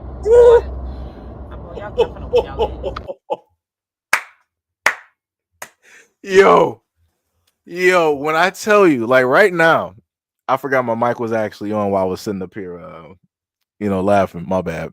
But when I sit up there and tell you, I have tears in my eyes. Like I replayed this video so many times because there was nothing. The only thing that she could basically try to say is like, "Oh, I gave birth to you. I do this and I do that." That's cool, but those kids didn't ask to be here. You decided to be inconsiderate with your body. You decided that you wanted to have unprotected relations with somebody who was not going to be a father, not going to be there, and you produced these kids.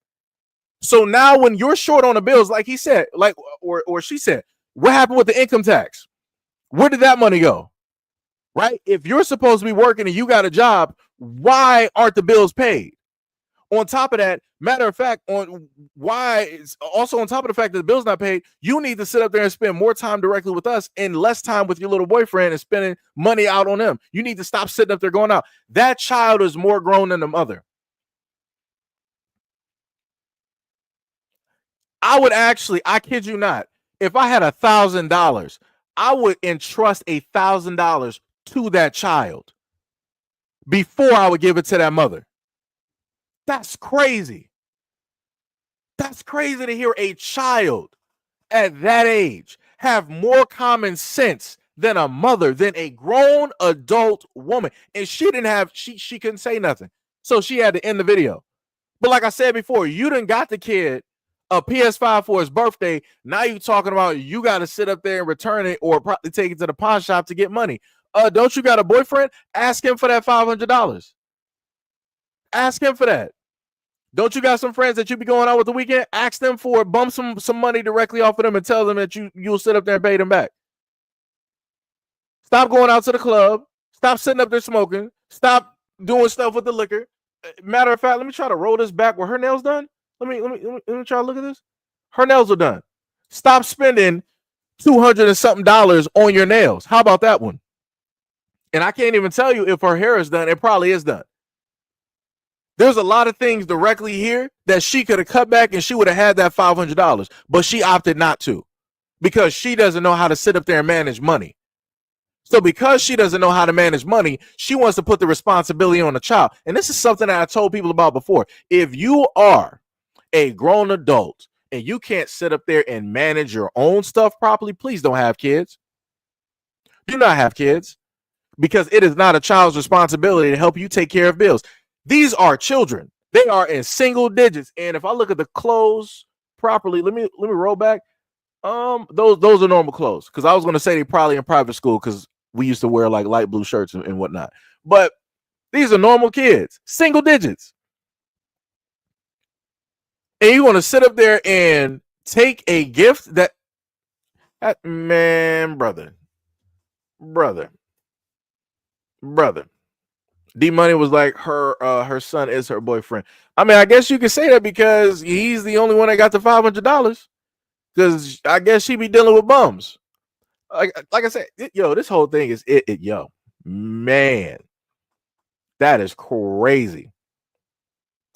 That is crazy. That is diabolical work. But like I said, shout out. This is why I always say on this channel that people need to protect the kids directly out here. That I can't even see the child that was specifically even speaking. That child is a genius. That child is more grown than 90+% of adults who are in their 30s, 40s, 50s, and so on. Matter of fact, that child is actually more grown than a lot of kids that are in high school and young adults that are in their 20s. Like it's crazy. And that's just one. That's the type of child that you make sure to nurture and take care of. Not saying that you don't do that for the other child, but I'm just sitting up here saying, like, when you have children that you can specifically see something, you make sure to do your due diligence to propel them forward. When you can start to notice certain things in kids, like, all right, maybe I'm guessing that's the son directly right there. That's not like saying nothing, and the sister was the one talking on the side, right? Or whatnot. One might be, let's say one might be good at video games or sports or music. As a parent, you see that, it registers, you sit up there and push that kid directly into that area. You get them the classes, the school and instruments, all of that. So it will facilitate that growth and nurture all of that, right? The other kid, they're very good at listening. They're very good at paying attention. That could be a private eye. That could be a detective. That could be an accountant. That could be an official. That's going to be somebody responsible. Like I said, this is why you protect the kids. This is why you nurture those kids. And this is why critical thinking is important. And this is why they're taking critical thinking directly out of the schools, because they don't want kids growing up like this. The teachers, let me just be real with a lot of people. A teacher's worst nightmare is having a child like that in the classroom that can speak, that is not confused, that is straightforward to the point, and that knows exactly what it is that they are talking about. Because no matter what the mother said, the child was still on point. The child was still on task. It was like, I ain't trying to hear none of that. You got a boyfriend and you be spending money on him. You be spending money on yourself when you sit up there and go out and party, but you're not at home sitting up there spending time with us. And then the things that you do give us, you want to sit up there and take back because you don't got the money for the bills, because as a grown adult, as a grown woman, as a mother, you can't even manage your own life correctly, but yet you decided to have us and you can't even manage that. So now we got to be responsible for your mismanagement. Crazy. That's crazy. Like I said, shout out to those kids. Shout out to those kids. And I hope people in their families are looking out for them. I hope people in their families are looking out for them. Much love to One a Mini for the $5 dono, because we're going to round up that $4.99. Said children are a lot more coherent and cogent. Wait. Again, this is live stream, so pronunciations are going to take place and happen on the scroll up. What is it? Yeah, cogent, and then other adults give them credit for. Hell, a lot more attentive and observant, the most open mind. Bars. 100% facts. And like I said, case in point, for a lot of people that are afraid of public speaking and that may slip up, mess up on words, it is what it is. You got to just sit up there and get better directly with it. Don't be ashamed. Make the correction when it needs to be made and carry directly on. This is what public speaking basically looks like. Y'all hear me mess up, mispronounce, missay words, a lot of times. So again, for anybody that does want to do public speaking, or you want to go directly on social media, you want to do live streams and stuff, don't be afraid to sit up there and mess up. Don't be afraid. And also, you'll have people directly in the comment section that will help you out. But like, yo, actually, you said it wrong, Seiji. This is how it's pronounced. And I've had a lot of people do that. So again, to those people, much love, respect, and appreciation. Was I about to go through the comments? Hold on. Set facts again. Those eyes. Ratatouille. Exactly, Gail. LOL, you full nails from Dollar Tree and get all your personal leisure items at the dollar store. Nine X said, no problem, bro. Seji, much love, respect, and appreciation. All good, brother. Indeed, we are all learning here. That is facts. That is facts. That is facts. So let's go directly to the next video. Why do most men not want to celebrate their birthdays? Because most women are horrible at celebrating men's birthdays. If you ask most men what they would want to do to celebrate their birthday, they're probably going to say nothing. Maybe go to dinner, maybe hang out with a friend or their friends. Usually it's going to be like nothing, let's just go get dinner. But when women want to celebrate a man's birthday, they usually do too much. They want to throw like a big party with a bunch of people that he probably doesn't even want there. Then he feels like he has to put effort into being social. Or they like make it this big to do, and that's not what he wants. Because it's not actually about what he wants, it's about what you want to do for him. I've had 2 birthdays with my girlfriend. The first one I said, I do not want a gift, please. Just let's go to dinner. She booked a great dinner. It was amazing. The second birthday, I was like, I need to allow her to do a little bit more. This is also about her getting to give and getting the joy from doing that. We went and saw a concert in a different city on my birthday. She booked the hotel room. It was great. I loved it. Ladies, listen to me. If you have a man, ask him what he wants to do for his birthday. If he says nothing, say okay and do nothing. Or you can say, how about just dinner, me and you? He'll probably say okay. If he says, I don't care, that also means nothing. Just book a dinner somewhere nice, somewhere that he will like. And I'm just gonna say, as a guy that's factual, a lot of guys are pretty much simple. I myself, for an example, I don't really go out. Plus, on top of that, going out is expensive. Let's just be. I'm just saying from my perspective, right? Going out is very expensive. Trying to do celebrations is very expensive, and then on top of that, you have to hope that other people have money to also go out as well, right? And then on top of that, you'll have an expectation, be like, okay, I invited like 40 or 100 people to basically come out to my birthday and da da da da. And again, when you have expectations are going to let you down, right? Because that's what tends to happen. We expect this certain thing, and then once our theory or our dream does not come into reality, then we have an attitude, then we get mad. Now the whole day is basically destroyed because of a theory or an expectation or a dream that we in a sense had that didn't come to fruition, right? And again, going back to the whole thing again, everything is expensive. So in order to lessen all of that, and if I want to have an expectation, I'll have it of myself, and I'm like, all right, well, what I expect for myself, I might celebrate my birthday. So like one of the pictures that I showed you guys before, I spent some money on some sushi. I had a nice size platter of sushi that I set up there and bought for myself that I ate. I had my 2 bottles of apple sparkling cider, because I do not drink at all, never drunk at all. And again, this is not any offense to or to shame other people that go out there and drink. Like I said, go out there and do you. If you like to drink, you like to drink. I'm just one who does not like to drink. I've also explained that many times in the live streams with you guys as well. But yeah, I do stuff like that. I'll just buy myself some food, and probably during that time, if a video game is coming out, I'll buy that, and that's my happiness right there. Expectation never broken.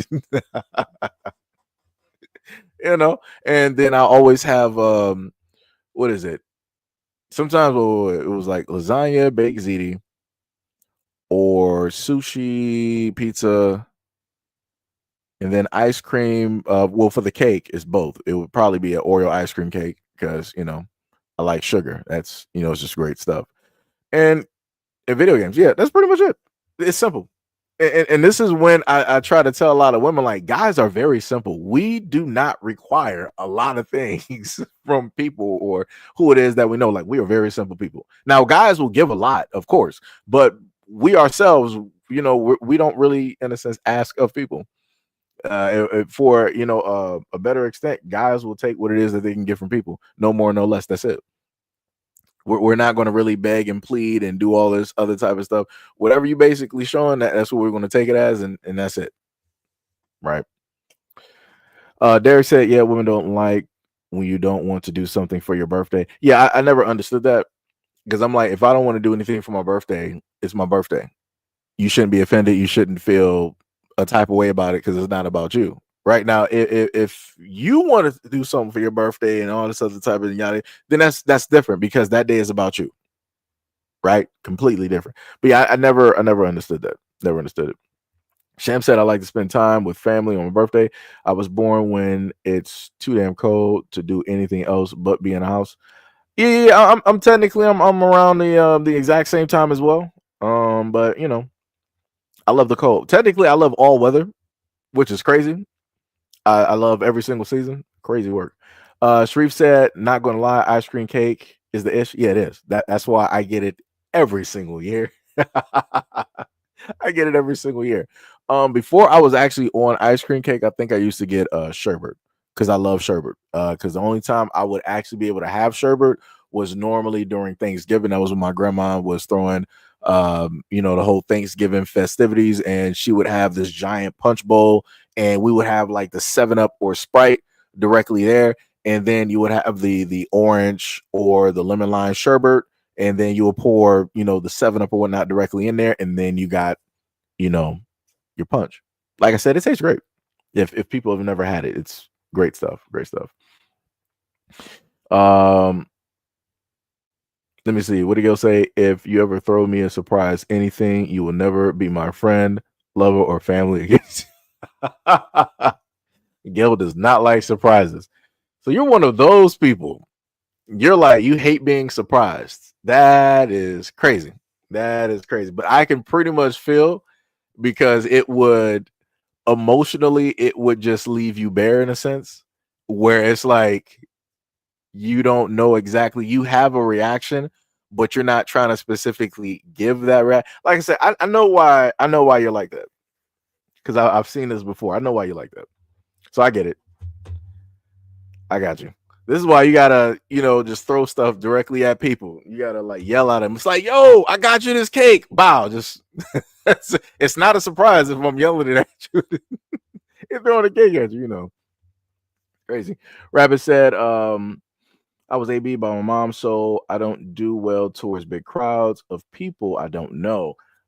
Couldn't date an IG chick who always wanted to make every simple thing a large event." Yeah, and that's the whole thing I never agreed with as well. You got a lot of the girls that's on like social media. Anytime something happens, it always has to be content, and I'm like, everything doesn't need to be content. Everything doesn't need to specifically be put directly out there. Like it just doesn't. But this is the age that we're in. Tippy said, "Cake, ice cream, favorite meal, and video game. Play all day. Happy B-Day.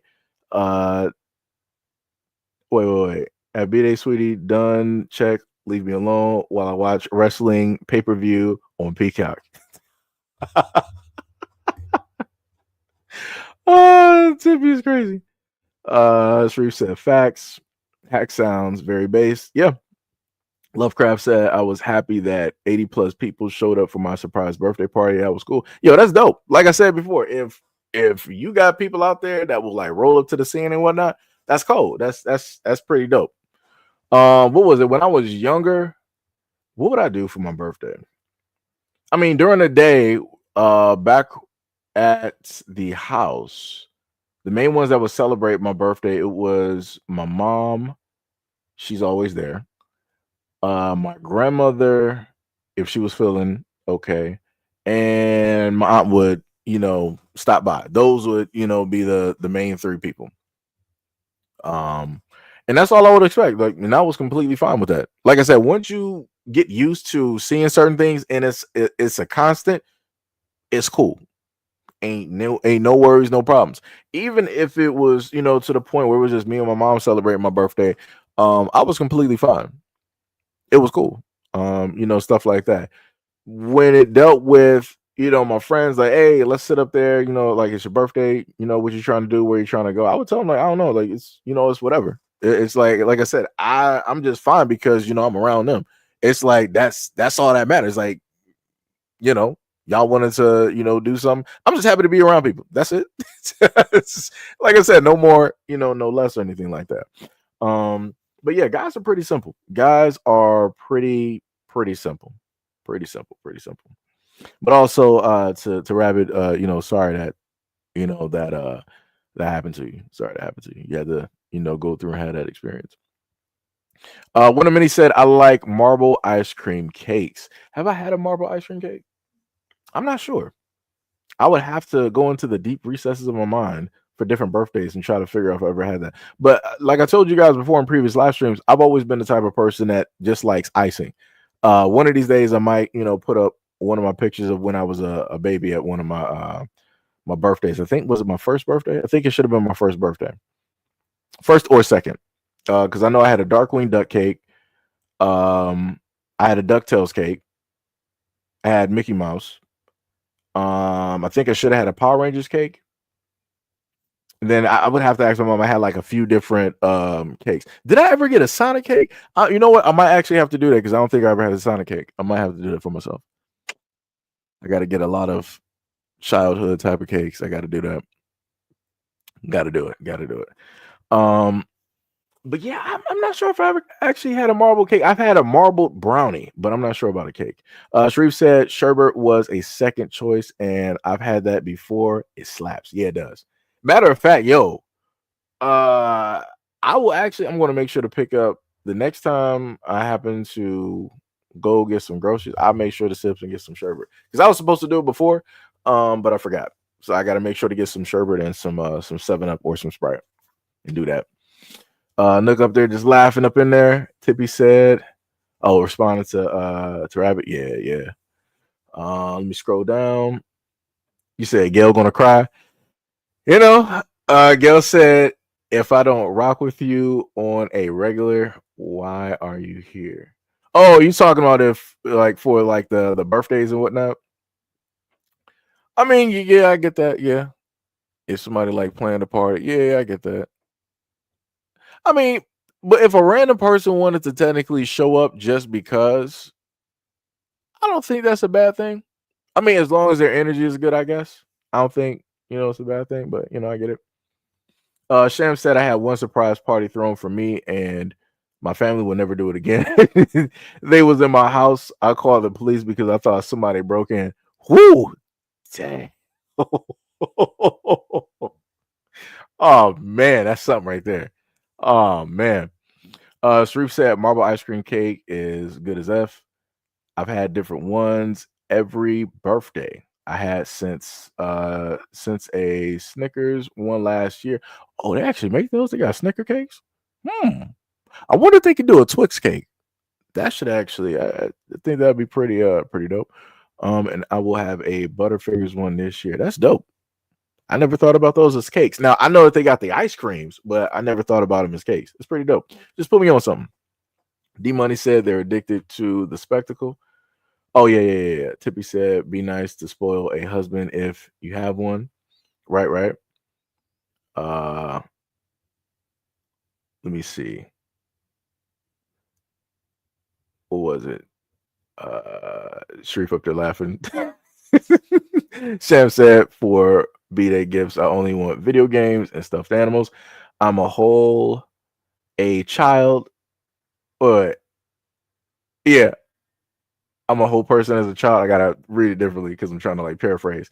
I don't like cake or sweets too much, but Jamaican barbecue is the best for me on my birthday. Matter of fact, I don't think I ever had Jamaican barbecue. As a matter of fact, I feel like I would really have to like travel to New York to get a lot of these things to, you know, in a sense, have that experience to, you know, authentic, you know, type of thing, or of course go to Jamaica to do that as well. Put me in, like I said, y'all put me on a few different things. I gotta, you know, start doing some video YouTube video research directly. I gotta look up Jamaican barbecue. Sham said oh yeah, I read that one. Since she said, what is up? Said marble cake is my favorite. It's delicious. All right, I might have to try that out. Stephen says the Slave Trade Act of 1807 or the Abolitionist of Slave Trade Act of 1807 was an act of the Parliament of the United Kingdom prohibiting the slave trade in the British Empire. I'm a little bit confused. I thought we were on a whole different topic at this moment in time. Nook said, my mom gets me ice cream cake. Dope. Since she said, damn, bro, you're aging yourself. Wait, what happened? How you aging? Wait, you talking about me? Wait, how am I aging myself? I don't drink or smoke. So, because I think I got a picture back from my early 20s, and then looking at myself now, it's not that much of a difference. Like I kid you not. Weight is a little bit different, and this took me about 6 years to basically get up to the weight that I am now versus what I originally was. So, and it's not, if you actually see me, it's not a lot. It's technically, I guess it would be a lot for me, but yeah, Tippy said, I don't know, maybe girlfriends or wives do parties because she cares and wants you to remember you're loved by a lot of people. I guess, possibly, maybe. Sham said, I love grape sherbet, but never can find it. I've never had grape. I've seen the orange. I've seen the orange cream. I've seen lemon, lime, and I think raspberry. I've never seen grape. That's rare. Like that has to be somewhere in the deepest reaches of the hood. I don't know what company makes that. I'm gonna have to look on Amazon. I'm dead serious. Now I'm gonna have to actually look, and I might try to have to order something now today.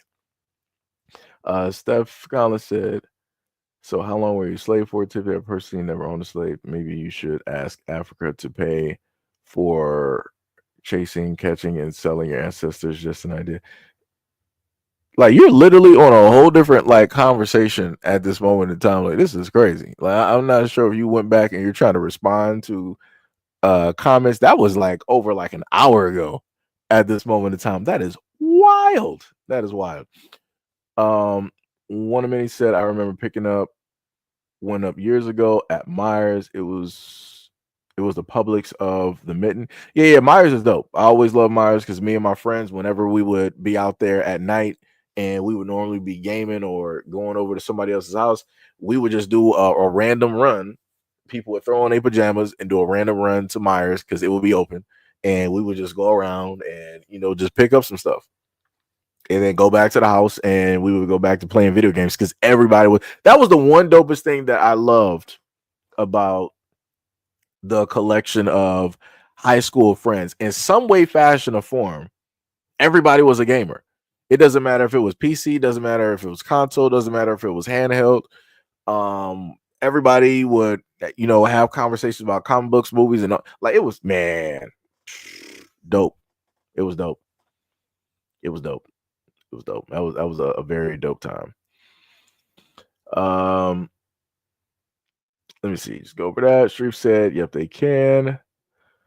Lovecraft said, I got to have a good helpmate, beautiful black lady that's a lady wrestler and / or wrestling fan, comic books and movie fans in my life. That's about me. Boris. Nook said, Seji, you sound like a big back. The funniest thing is I'm not. That's the craziest thing. So let me get back into like the weight thing, right? At a moment in time in previous live streams, y'all see me anyway. Like I told you before, originally my weight would be in between 135, 140. Right. So I'm going to theorize that a lot of the guys that are here are normally, they have more weight, right? Because either they're taller or, worked out for, 10 plus years since high school and stuff. So, you're going to have like dense muscle and everything. So you're going to be probably in the upper echelons of like some, 180s, 90s on like 200s plus, right?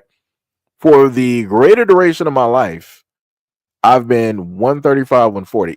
It's been up until recent times that I ended up actually just now touching about like 162. I think at max, I might have been like 165. And in order for me to actually get this weight, I had to sit here and do this, guys. I had to sit here and do content creation, because if I actually start moving, if I'm actually active the same way that I normally do, my body is burning off everything way quicker, and my weight will start, falling down. Like, in order for me to actually keep the weight that I have right now, I have to literally eat the stuff that I tell y'all. Like, when I say, like, oh yeah, I'm ordering pizza, I'm ordering this, I'm ordering. If I'm not actually eating that, I'm losing pounds. Like, I'm not even at 135 right now. I think I'm at like probably like maybe like 162, 163, maybe somewhere like that. And at one point in time, I started going back down in like the mid 150s. I'm like, this cannot be happening. I'm like, brother. But like I said, I am not complaining about having a fast metabolism. I love it. I am blessed, and I would never trade it for anything in the world. I would never, ever, ever, ever trade it for anything in the world. I love the way that my body works, and still to this day, it's working the exact same way, irregardless of people sitting up there telling me, it's like, yo, Cedric, you keep eating like this. You keep eating these triple whoppers and having these Burger King Sundays and these fries, and it's like, dog, you're gonna be like 300 pounds. Decades later, Cedric is not 300 pounds. And I'm still eating the same way. So I'm just saying. So, just gotta put that out there, because that was always, funny to me. And and everything. Let me see. Rabbit. Oh, I got you. What you sent a link. I gotta figure out which channel you sent that from, because I cannot click on it. This man said Kiki. I'm about to look at it in a second. Hold on, I'm gonna try to get it. Rabbit said, I remember that according to Jim episode, he was 13 and thought he was alone in the house. What was the terminology that I used for that? It was called flying solo, and then his family came out of hiding yelling surprise. That's crazy. That's crazy. That is crazy. No, Stephen, you're actually not muted. It's just the fact that we're talking about a whole different topic, and you're going back to something from like an hour ago. So I'm like, since she said by naming all those childhood things like Power Rangers, yep. Since she said no judgment though, you I are peers. Oh, you and I are peers, both old. But see, like, the main thing I tell people, like, is you're only as old as you tell yourself. Because the main thing I try to tell people is, like, the moment in time that you really start aging is when you start giving into the mentality of, like, oh, this, this, that, and the third, and all this other. I'm like, yeah, I'm not about that life. I am not about that life. Like I said, my body is still working pretty much the same way that it was back when I was 19. So I'm good. Like, I'm completely loving it. I'm completely happy. Like I said, it is a great blessing, because I know that there are other guys directly out here that I've gone to school with, where their metabolisms were nowhere close to, where mine was. So, like I said, it's a blessing. And if reincarnation is a thing, give me the exact same ability again. Give me that ability again. He said, what was it? One of many said orange creamsicles. Yep. Chef said, Sharif said, in Jersey they sell all three combined. Oh, see, we would have to slice. Oh, okay. Well, if you're talking about the lemon and the lime and maybe the orange, I would still have to. Well, you said it's combined though. I mean, it may taste good. Neapolitan, right? You said you got muted again. No, weren't muted. It's just I could see everything that you write, and I'm just like clearly on a whole different topic and video.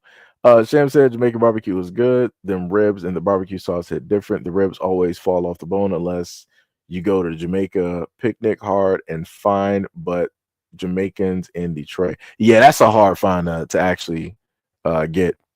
One of many said up here, everything for the most part is within walking distance, less than 15 minutes if pacing oneself, right?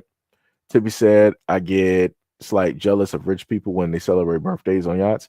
Hack said, as Seiji, the first net cafe I go to back in the day was E Channel, played mostly Battlefield 2, Halo, and Warcraft. I think I went to one type of like net cafe. And that was like in the early 2000s. I thought that was the coldest thing possible. It was a black guy who was running it, and he had about probably like 20 or something computers there, and people you could just pay and you would play computer games. I'm like, that's dope. I would love to see more things like that.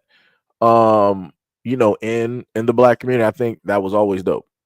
I think that was always dope. And that, again, that's another way to keep a lot of kids out of the streets and in somewhere else, so that they got all of this time during the afternoon where they're doing something as a collective with their friends in this one safe area.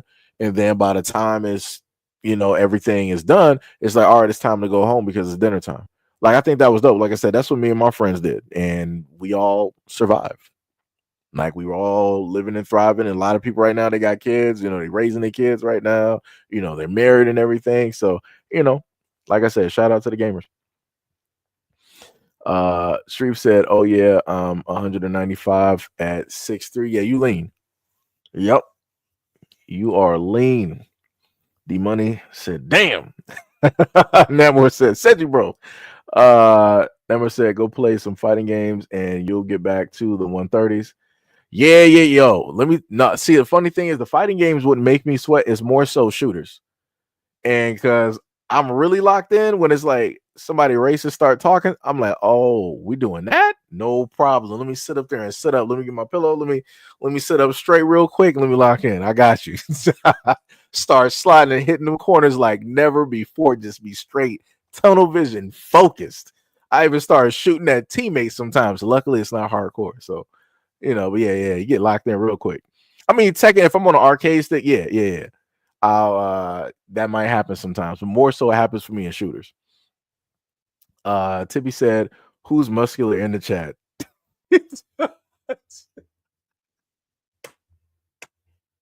Only Tippy. Tippy, like, I'm trying to see something. Oh my goodness, only Tippy. Sharif said, after my gallbladder surgery, I lost 40 pounds in 1 month due to not eating. Oh yeah, the pain. Yeah, I can believe that. New Era said, white people problems that they always want to have the last word. And it's crazy. Tippy said, Seiji, you are an ectomorph. It'd be like that, kind of got that flash metabolism. It's dope. Hack said, if you keep it up, you'll end up like Sakamoto at 400 pounds. The exit. I know. Yeah, I know what you're talking about. I actually gotta catch up. I gotta watch that show. I gotta watch that. Nook said, I'm like you, Seiji, tall, skinny. I make salmon cakes and rice like a religion. Yo, salmon is great. I keep telling people, even though I don't, and like I told people before, I technically try to just eat my stuff as is. Certain times, the thing that I will, season or add something to is the rice, where you got some butter or margarine, you got some salt, or I might have some olive oil, garlic butter that I'll throw directly in there to give it some flavor and different stuff like that. But pretty much I just try to eat it as is for the most part, because we got a lot of things dealing with high amounts of sodium and all this other type of stuff and yada yada yada. So try to balance it somewhere. All right, try to balance it somewhere. Missy said, hi, Seiji. Yo, what is up? Much love, respect, and appreciation. Thank you for coming to the stream. Let me see. Namor X said, you only age when you let yourself go. Yeah. Namor said, I've seen some fine black women in their late 30s looking 20. Yo, dude, I've seen black women on Twitter. I kid you not. I've seen some women on Twitter that range from 40. I'm sorry, ranging from 30 to 70, who look like they are just stuck in time. Like they're just, in their 30s. Like I've seen one woman who was 70. She looked like she could be potentially in her mid 30s. I'm like, you have to be kidding me right now. I'm like, this is ridiculous. And then I've seen other women that's, in their 30s and 40s. A lot of women in their 30s look like, their 30s. They're just there. Like, even if they were to progress towards like 40s and 50s, it's like everything else is 30s. Mentally, again, they are, they are going up there. Physically, 30s. It's crazy. crazy. And then you got some women in their 30s is like, yo, I'm 25. I'm like, how does this work? I'm like, this is crazy out here. It's crazy. Crazy work. Mo said at Seji, Stefan was in the Bermuda Triangle. Now he's in the shadow realm. Hey, be like that. Be a tough time out here. Like I said, I thought he was responding to stuff from like an hour plus ago. Or technically now it's like 2 hours officially. Rabbit said, I don't know if they have it in America, but they have it in the Netherlands. I'm addicted to Red Band wine gums. Yeah, we don't got that. We do not got that. New Era said, ask you a question. We'll ask Seji, but you are too fake to answer it. And instead of answering the question, you want to cry about racism like a little bee at Colin. Oh, okay, I got you. Yeah, I don't know. For like New Era, let me tell you, I don't know what this dude was specifically doing. You got Mo and probably some others that may have been putting him in the shadow realm, Bermuda Triangle. He's out there in the ethos. I don't know, but I'm looking at the comments. I'm like, how are you still on some stuff from like an hour or two ago when we're clearly on a whole different, topic? This is all, stemming from the, doing stuff for guys on their birthdays and, all of that type of good stuff. Right. And that was just one video. That this long, winded conversation, has been taking place. Like I said, I don't know what to tell you. Tippy said, hit the like button. Bars. Much love, respect, and appreciation. New Era said, always do. Thumbs up. Nick say, stay strong. Sharif said, facts at Sham. It was tough for about 6 to 7 months, but I got back into big backing. New Era said, I just Collins can't get the last word. Hey, it'd be like that. Hack said the average Call of Duty player. Oh, this man throwing in the Frieza directly in there. Frieza, and who was that? Revisionaries. Static. I'm trying to just read the link because I know I can't click it right now. Sham said, I want to watch all the Soul Leveling again. I read the entire series. I hope they finish it in the anime. They probably will. Sharif said, salmon cakes hit different. Bars. Gail said, the L is silent, Seji. Hey, Gail, I'm from up north. I'm not like the Southerners. I pronounce it like I pronounce my name. So if I happen, to say something, like I said, I pronounce it like I normally do words. So people say, salmon, or some people say salmon. I like to say salmon because, again, that's how I talk. I'm up north, Gail. You guys are Southerners, Gail. Just saying. New Era said, I guess those damn typos. Lino said, what is going on? Nothing much. We just here chatting, going off the conversation from a previous video that you can see at this moment. Rabbit says, Seji, those old PC gamers where you had the time, certain jumps right there. Yeah, I used to play Load Runner. That's one of the PC games that I used to play, Load Runner. If anybody can look that up, look that up. I was the first one to actually bring that to a lot of my classmates because they weren't even PC gamers during that time. I had Dr. Radiaki. I had, I think Mech Warrior should have been one of them as well, along with Load Runner. Load Runner was one of my favorite games, along with Rayman. Some of my first PC games. And I think Need for Speed Porsche Pursuit, I want to say. Namor Axe said, facts, man. Sham said, black don't crack. Bars. Tippy said, they're getting younger. Facts. Sham said, I know a lot of people who drug and age hits them early. That's facts. That's facts too. New Era said, exactly. Namor said, haha. New Era said, send his butt to the dark realm. Who was on that carpet? That's either May or Mickey. They about to. Anyways, let's continue. Is that you have white people doing real gangster stuff, going into countries in Africa, buying land and saying no Africans allowed. You believe that whatever you guys are practicing here is racism? I do not believe that we are practicing racism. The Orania model is a model of cultural preservation, and that is not racist. Talk about doing it for the culture, preserving the culture. And you know what? They're not attacking that town. They're not burning that town down. They're not attacking those white folks. I know y'all heard those horror stories about black Americans trying to buy property in Africa. Bars. And what in a Dr. Umar is this? Here we go. Come with me at the Chinese Lantern Festival. This is in The Ghana? whole street is covered Chinese food. I bet every Chinese does not person look is like Ghana. here. I see rice, Brother, but what? it ain't jollof. I know these Africans can't Brother, set what up is festivals happening? in other non-African countries. Let alone let a black American come in there and be like, yeah, we're gonna have our own festival. Africans are looking like Africans. Whoa, brother, hold on. Let me hold on. Whoa. Hold on. This is Ghana? This is Ghana. Where are the Ghanaian people? Where in this? What is? I see one melanated person, maybe two, maybe. This is ridiculous. How in the world? Chinese Lantern Festival. They got a Chinese Lantern Festival in Ghana. How? What? And then hold on. Wait. And then let me go back. Let me go back to the dude basically talking.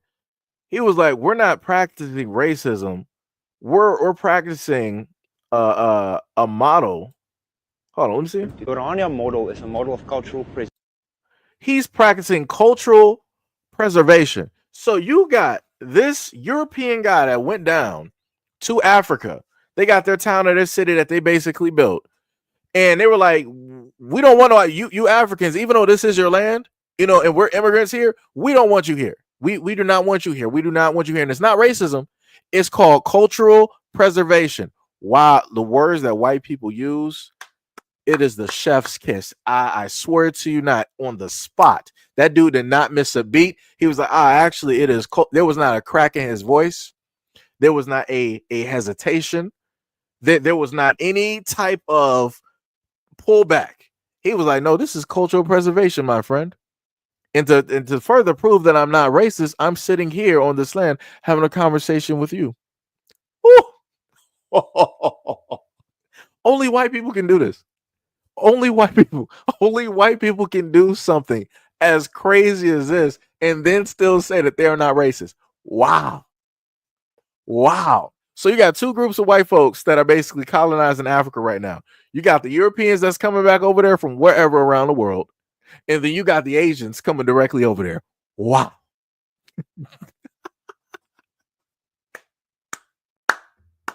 This is crazy. This is crazy. Wow. Ishmael, what is that? You said, Seji, there are Chinatowns in several African nations. Wow.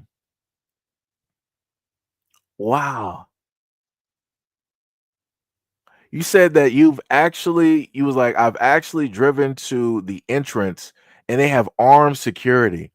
Wow. That's crazy. Holy moly. But like I said before, you could never, if black Americans wanted to do this here, if we all just banded together and we were like, hey, we're going to practice cultural preservation. Do you understand what white Americans are? That's racist. But these were the same people that created sundown towns. These were the same people that also had in front of their towns and their cities at the entrance saying that black people couldn't be there, saying that other people couldn't be there, and yada, yada, yada. But the moment in time that black people are like, hey, we're trying to keep some stuff together, we're trying to actually work and fix some stuff, everybody's like, oh, that's racist. No. We should be able to come in there. We should be able to live there. We should be able to take part. We should be able to see what is specifically going on there. That's crazy. That's some diabolical work. But like I said, shout out to the white people because y'all the only ones that can do this. I never in my life, as a black American, could ever do or say something like this in somebody else's country. But like, hey, Asian man, I don't want you here. This is your land. This is your country, but I don't want you here. This is specifically for black Americans coming to China. Hey. Yo, that's crazy work. That's crazy work. Crazy work. But like I said, everybody got so much mouth and so much time and energy for black Americans. Let's continue. Wait, tell me why the U.S. is a psyop.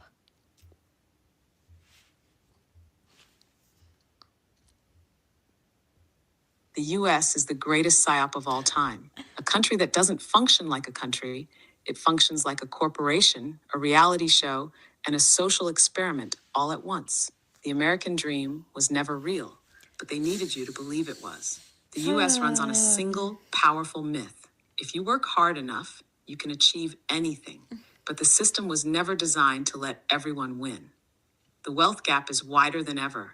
Wages haven't kept up in decades, and upward mobility is statistically rare. The people who actually run things, corporations, billionaires, lobbyists, don't play by the same rules as the rest of us. So why do people still believe in the American dream?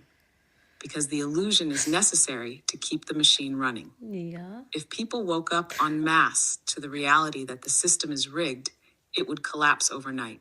The two-party system is a manufactured illusion of choice. The US claims to be a democracy, but in reality, it's one of the most effective psychological control systems in the world. You're given two options, Republican versus Democrat, so it feels like you have a choice. But in reality, both serve the same corporate overlords. The political division is not accidental. Keeping people arguing about surface level issues means they don't unite against the real power structures. Corporations, banks, military industrial complex. Every election cycle, the public is convinced their vote will change everything. But notice how nothing ever fundamentally changes. The real goal of the US political system: manufacture consent, keep people distracted, ensure no real power shifts occur. The US economy is just vibes and debt. America's economy isn't built on production or actual wealth creation. It's built on debt, speculation, and psychological manipulation. The dollar is backed by nothing but belief. The stock market isn't real. It's a glorified casino controlled by the ultra-wealthy. The US doesn't actually have money, it prints it. Trillions of dollars have been magically created out of nowhere, but somehow the average person is still struggling to afford rent. The real scam? You're told to budget your Starbucks purchases, while billionaires literally manipulate the entire economy in real time. The education system is not about learning, it's about conditioning.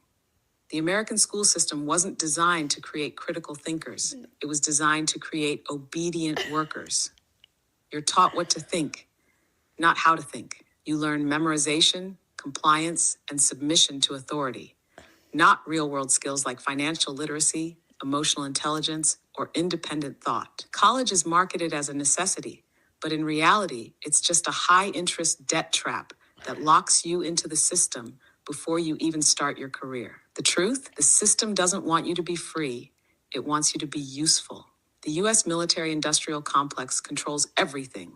America doesn't just have a military. It is a military. The US spends more on war than the next 10 countries combined.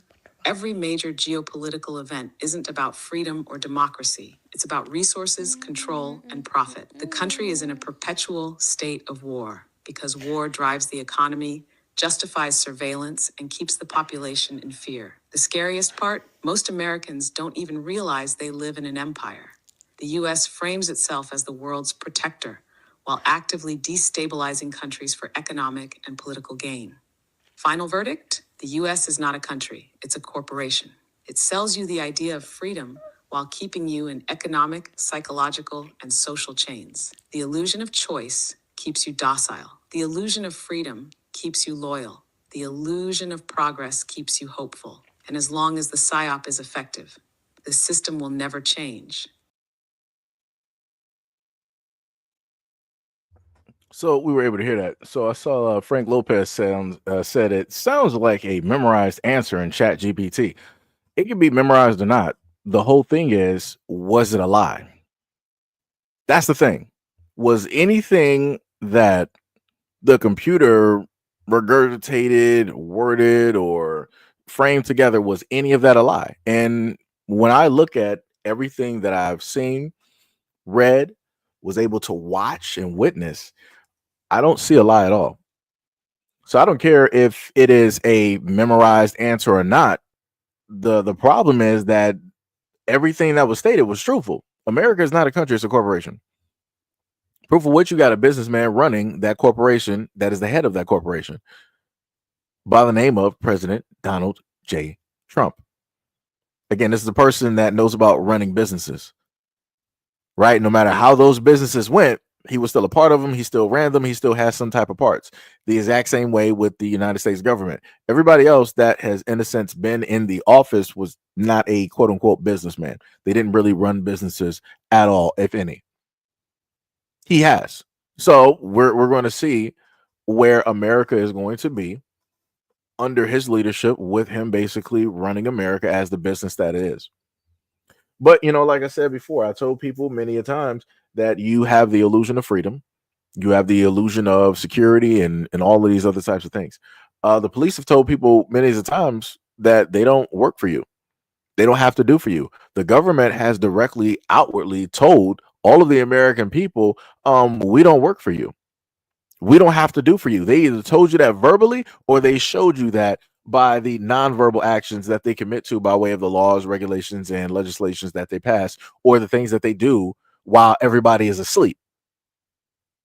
When they're working together, quote unquote, the Democrats and the Republicans, they can never sit up there and come together and side by. Yeah, they do. During the day, they'll give you a show, but during the night, everybody's like, all right, let's chill right now. Let's have a few drinks. So how y'all feel about passing this vote here, where the rich get richer and the poor get poor? Everybody who agrees says yay. Everybody else says no. Everybody raise up your drinks, and everybody raises up their drinks. Everybody that wants to vote no, raise up your drinks, and you might only have like one or two, maybe three. Like I said, they do this all the time at night. They'll give you C-SPAN where they sit up there and show you things, but they're not going to show you everything. So this goes back into the whole thing where it deals with the the karmic, type of energy that is directly out there, where they have to show you or tell you certain things for you to accept it. And the American people have been accepting the way that that the government is run for the longest time possible, no matter how disrespectful that they have been. We have literally accepted how it is that the police sees and deems and treats the American people, no matter how they do it.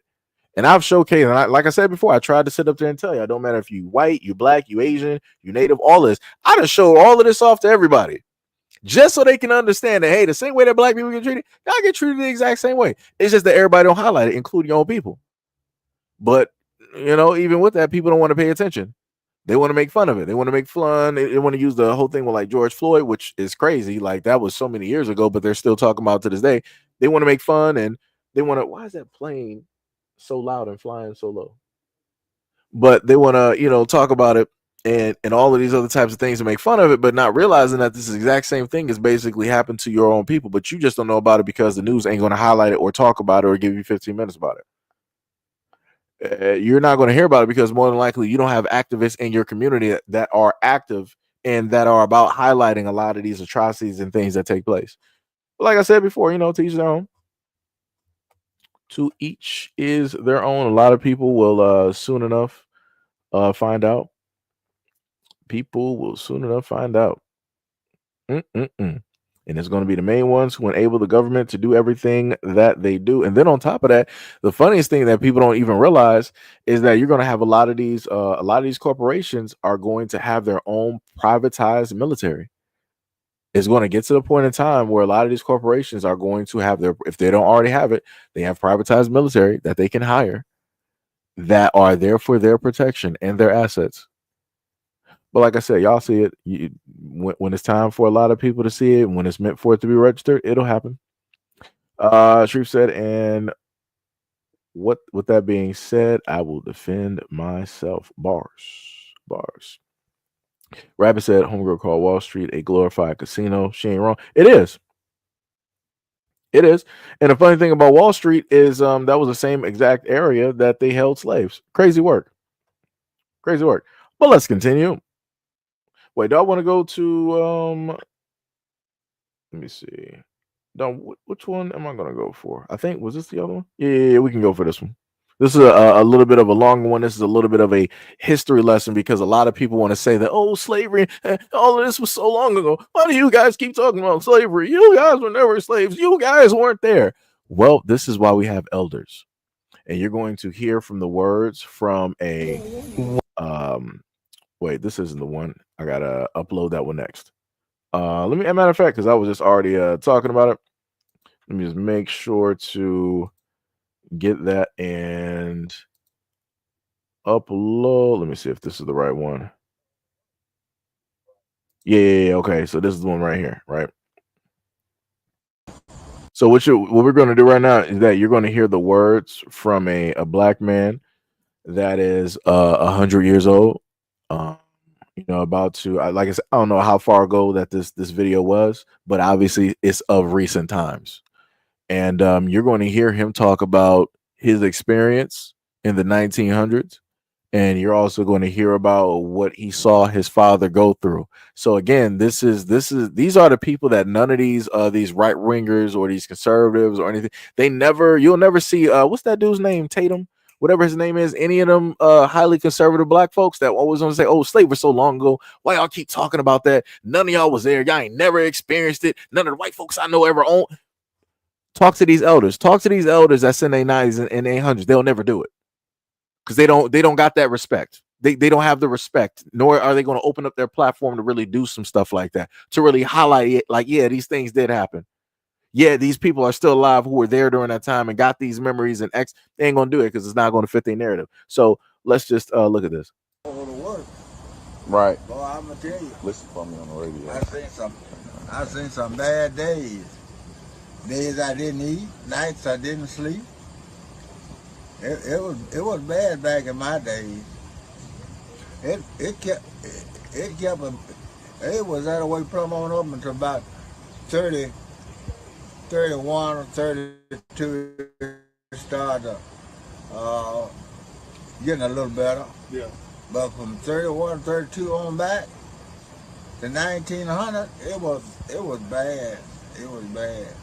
Yeah, you were born in 1919, right? Yeah. My daddy would come out of World War I, the first war in the United States in 1918, and I was born in 1919. I was here after the first war in the United States. Yeah. My daddy come out, married my mama, and I was born on August in 1919. Yeah.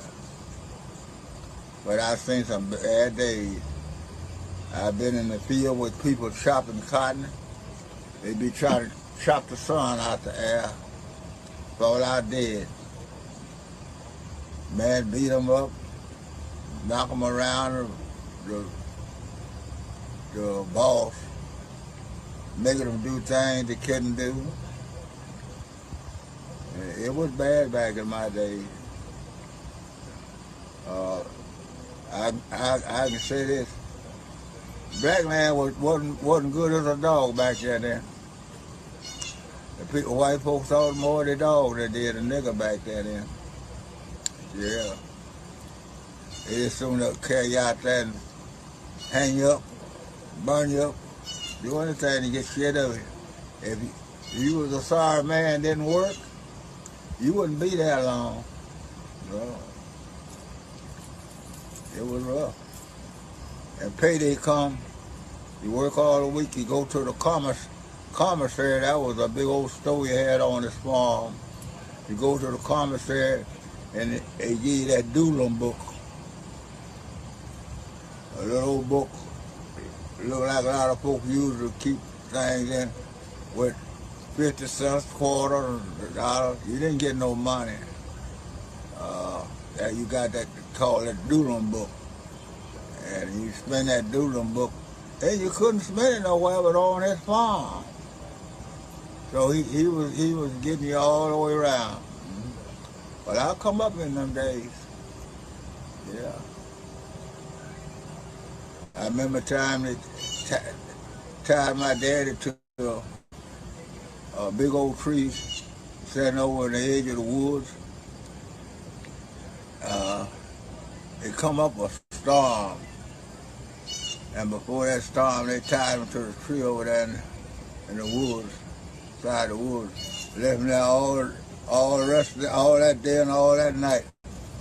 And finally his son, the boss man's son, come over there and take his pocket knife and cut Daddy loose from the tree. And his son raised sand with his daddy about it. But it didn't make him no better. But if it don't be for his son, They probably left my dad out there until he died. But his son come over there and cut him loose from the tree with his pocket knife. Were you there? Were you there when that happened? Yeah, I was right there looking right at it. Well,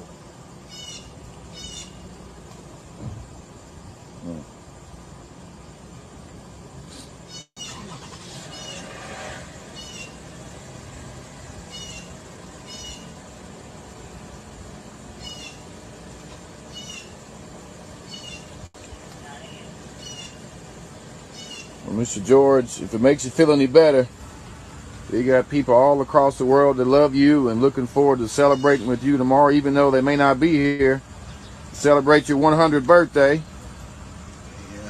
Yeah. I'm so sorry you went through what you went through with your family, but tomorrow's going to be a big day for you, and tomorrow's going to be all about you. I didn't think I'd make it this far.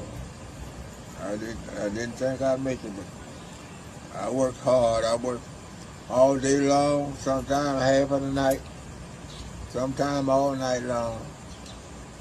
Sometimes I work 24 hours a day. Yeah. You still work hard, Mr. George. Oh, yeah. You're still at it. Sit down, I drive that old truck around, pick up a little junk here and there, get me a little extra money. I don't sit down and wait for nobody to just do everything for me. Probably why you're still around. If you had one piece of advice for someone that could even come close to living 100 years old, what would it be? Tend to your business, leave the other man's business alone.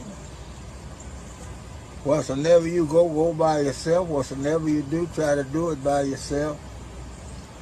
And stay away from a crowd.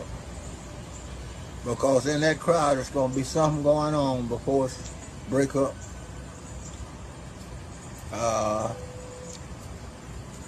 You can make it then. Yeah. I agree with you, Mr. George. You under people like you want to be done unto. You know, back in my days, people wasn't like it is now.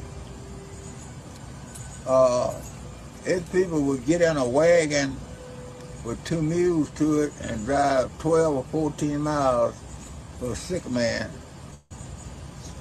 to help him cut his wood, stack it on the porch and stuff like that, that would need to be done. But here, you can be dead and they'll walk over you and never tell nobody they walked over you. We got some folks. Every morning I wake up about 4 o'clock. I see 4 or 5 of them coming out that man's house there. Where they done laid up there and went to sleep and ain't got nothing. Some of them have a quilt, some of them have a blanket. You know, they don't know it. And they just walk right in the street. You can tell a fella from the country because he won't walk on the sidewalk. He walk in the street. Yes, sir. Yes, they're dead in the street. So we were able to hear that, right? And that's from a black man that is 100 years old. Those are the memories. He was able to sit up there and state that, yeah, he was up there with his dad working directly on somebody else's land. Don't matter if it was cotton, don't matter if it was vegetables. That's what it is that they were doing. He witnessed his dad being tied directly to a tree by the owner. And the son was the one, the owner's son was the one that came directly out and untied this man's father from that tree. And it's amazing to me when I see white people or those from wherever that decide that they want to hype up, they want to speak up when it deals with Black Americans and what it is that we've gone through and what it is that we have specifically talked about. Because none of those people have ever went through any of the things that we as Black Americans have ever had to face. And This man has proved that. 100 years old, born in 1919. His father was born before that time. And he told you all of a little, well, not even all, just a little bit of that history, just a little bit of that experience directly there. And a little bit of things that he was able to see. Now, just imagine if you were able to go through the Black communities and to talk to a lot of the elders who are in their 80s, 90s, or even at 100. Just think about all of those stories that you would hear. Now, ask yourself, why is it that the mainstream media decides or opts that they don't want to highlight or talk about those stories? Because mainstream media will make sure to sit up there and show you, like, oh, this Polynesian man is reaching 102. This white couple that's been married since the wars, they're like 102. Somebody else from another country that just immigrated, they just made it to 98. Right? They'll make sure to give you the happy-go-lucky stories, and they'll make sure to interview them. They'll play those time and time again. But somebody like Mr. George, they will make sure to not highlight or tell you those stories because there's no win. He's going to tell you the reality of that time. He's going to tell you all of those memories. That is literally his history. That is his story. But a lot of people don't want to acknowledge that because they want to keep telling you that, oh, slavery and everything, that was so long ago. You weren't there. You don't know anybody. You weren't a slave. Again, have all of these people that like to say that, have them have a sit down with Mr. George. Have them have a sit down with a lot of the Black elders in the Black community. They won't do it because there's nothing they can say. There's not, the stats are not going to work here because you're talking to, living history. You're talking to a library of knowledge. So all of the stats and everything that people want to say that, oh, we're all one, we're all God's children. That wasn't my aunt. Ain't nobody trying to hear that. None of that is going to work here. That's why they don't have these conversations. That's why they don't bring any of these stories up. That's why, again, they don't show you like somebody like Mr. George in the Black community. This is why. This is exactly why, because there's nothing that you can say. Nothing. You can't, oh, but what about this administration? And what about the Democrats and the Republicans? And there's none of that. Oh, but what about the crime over there in shit? There's none of that. It's not going to work. It's not going to work.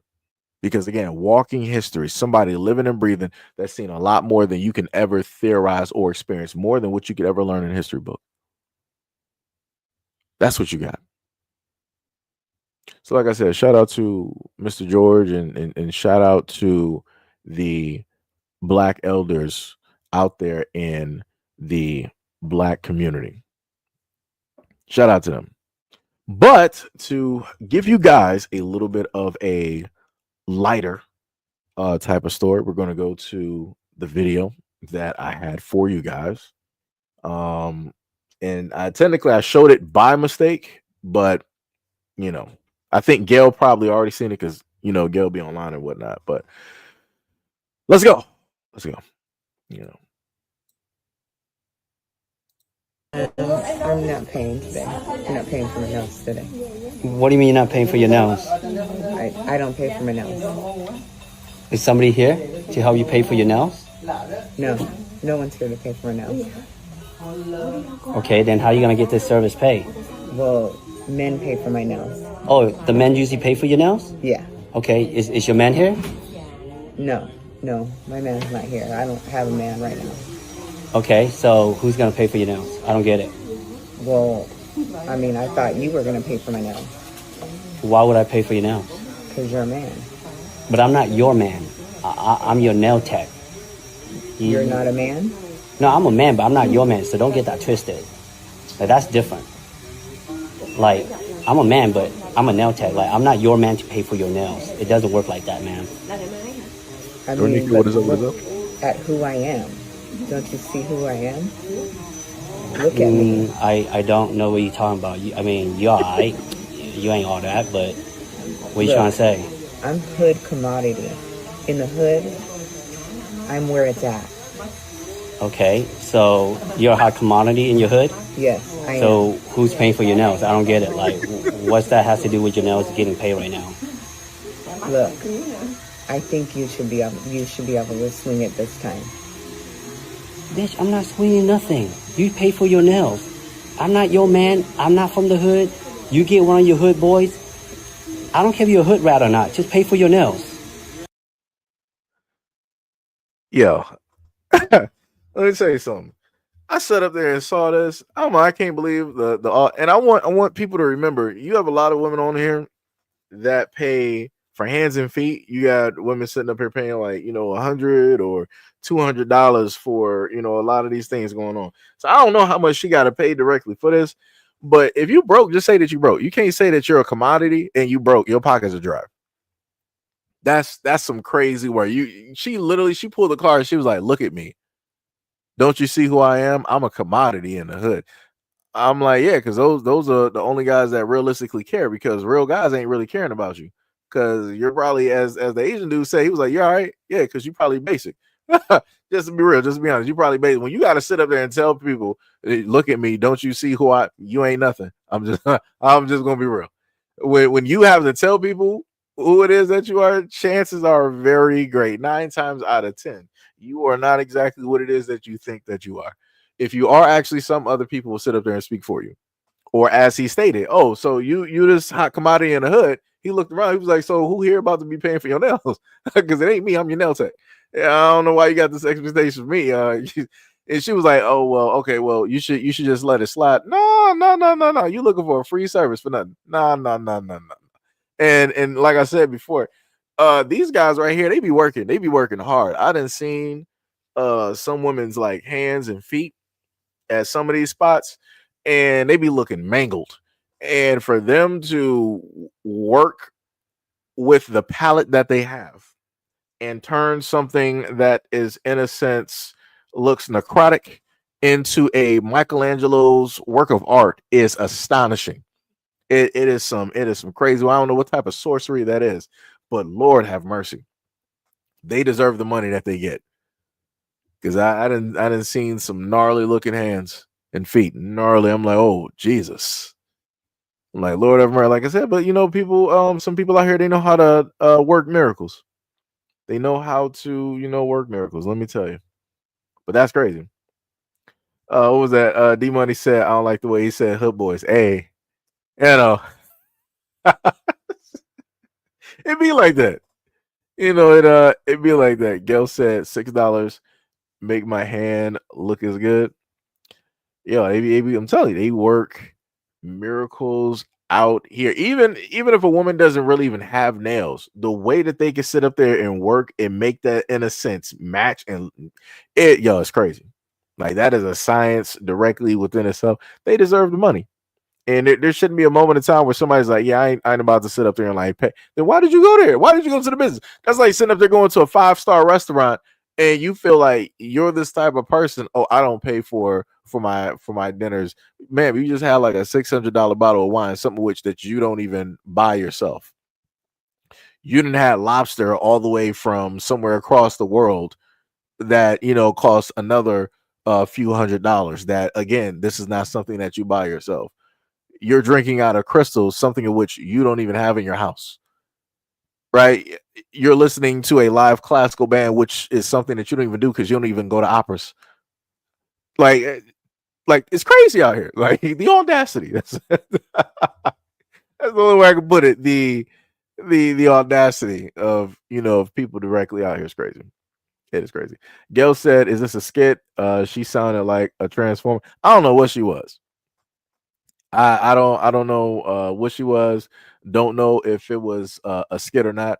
But I will sit up there and tell you that you got women out here with this type of audacity that feel that they don't have to pay for anything because men exist. And I've seen this, and I've also witnessed this. I've technically experienced this, and it's crazy. It is that is crazy. At no point in time, I, as a man, I can never sit up there and go to a woman and be like, "Oh well, because you exist, you need to sit up there and sleep with me. That's your job and your purpose." Do you understand how crazy that would sound? Do you understand how crazy that yo, that's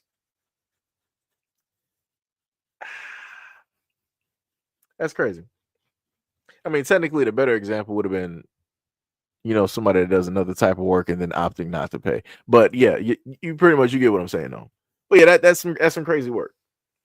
It's like just because somebody is of a certain sex doesn't mean that this is what they are supposed to sit up there and do. Like that's that's crazy. That's 100% crazy. Because again, like I said before, as a man, I can't sit up there and put that exact same thing on a woman. I can't do that. People will look at me like I was crazy, like I was mad, as people would like to say. People like I said, I don't know. I don't know. But so going back to the skit thing, right? And again, there are skits directly out here. Remember the video? It was years ago. Some of you guys may remember. There was a young black woman who goes to 4 or 5-star restaurants during lunch, and she does not pay for the things that she eats. And she specifically showed women how it is that she does it. And she does it by going to these restaurants. She'll basically scout things out. She'll dress, fairly nice. And she'll put on the voice. And either she'll sit by somebody or she'll take notice and maybe here and there start like some small talk or whatnot or whatever. Long story short, what happens is that because she is there, she looks the way that she looks, and there are guys there directly with money. She'll have this short conversation or whatnot or whatever, yada, yada, yada. And the guys, they will opt to sit up there and pay for her meal. She literally showed this happening in the restaurant. So again, I do understand and get how people, will say that these things are skits and da da da. But again, there are real world examples that I've brought to you guys where a woman actually, and this was a black woman that performed this. I ain't talking about like a simple Becky or a Susan. This was a black woman who did this, who performed that. And I was like, well, that is wild. And I'm like, that worked. And I'm like, well, being a woman, glory to the winner. That's, that's what women are able to do. Because I could sit up there and be like, yeah, I'm about to, what example could I give? Yeah, I think my equivalent, I couldn't go to like a GameStop and there's like a few women in line buying some stuff for like a guy or like their son, do like some small talk and be having, I said talk, Jesus Christ, talk. And have a small, let's see, PS5 directly in my hands. And then I'm about to go to the register and I'm like, oh no, I love the conversation so much. I'm going to buy that PS5. Never in my days would that ever happen. Never. Never at all would that happen.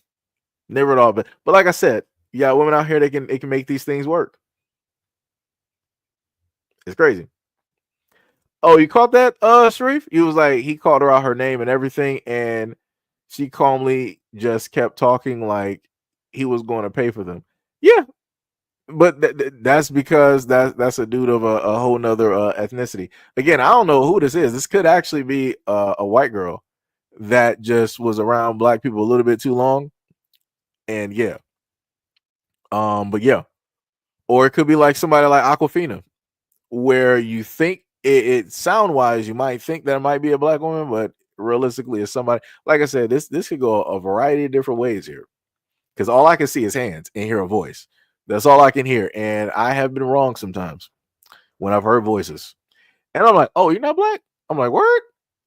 I'm like, "That's crazy." I'm like, "That's crazy."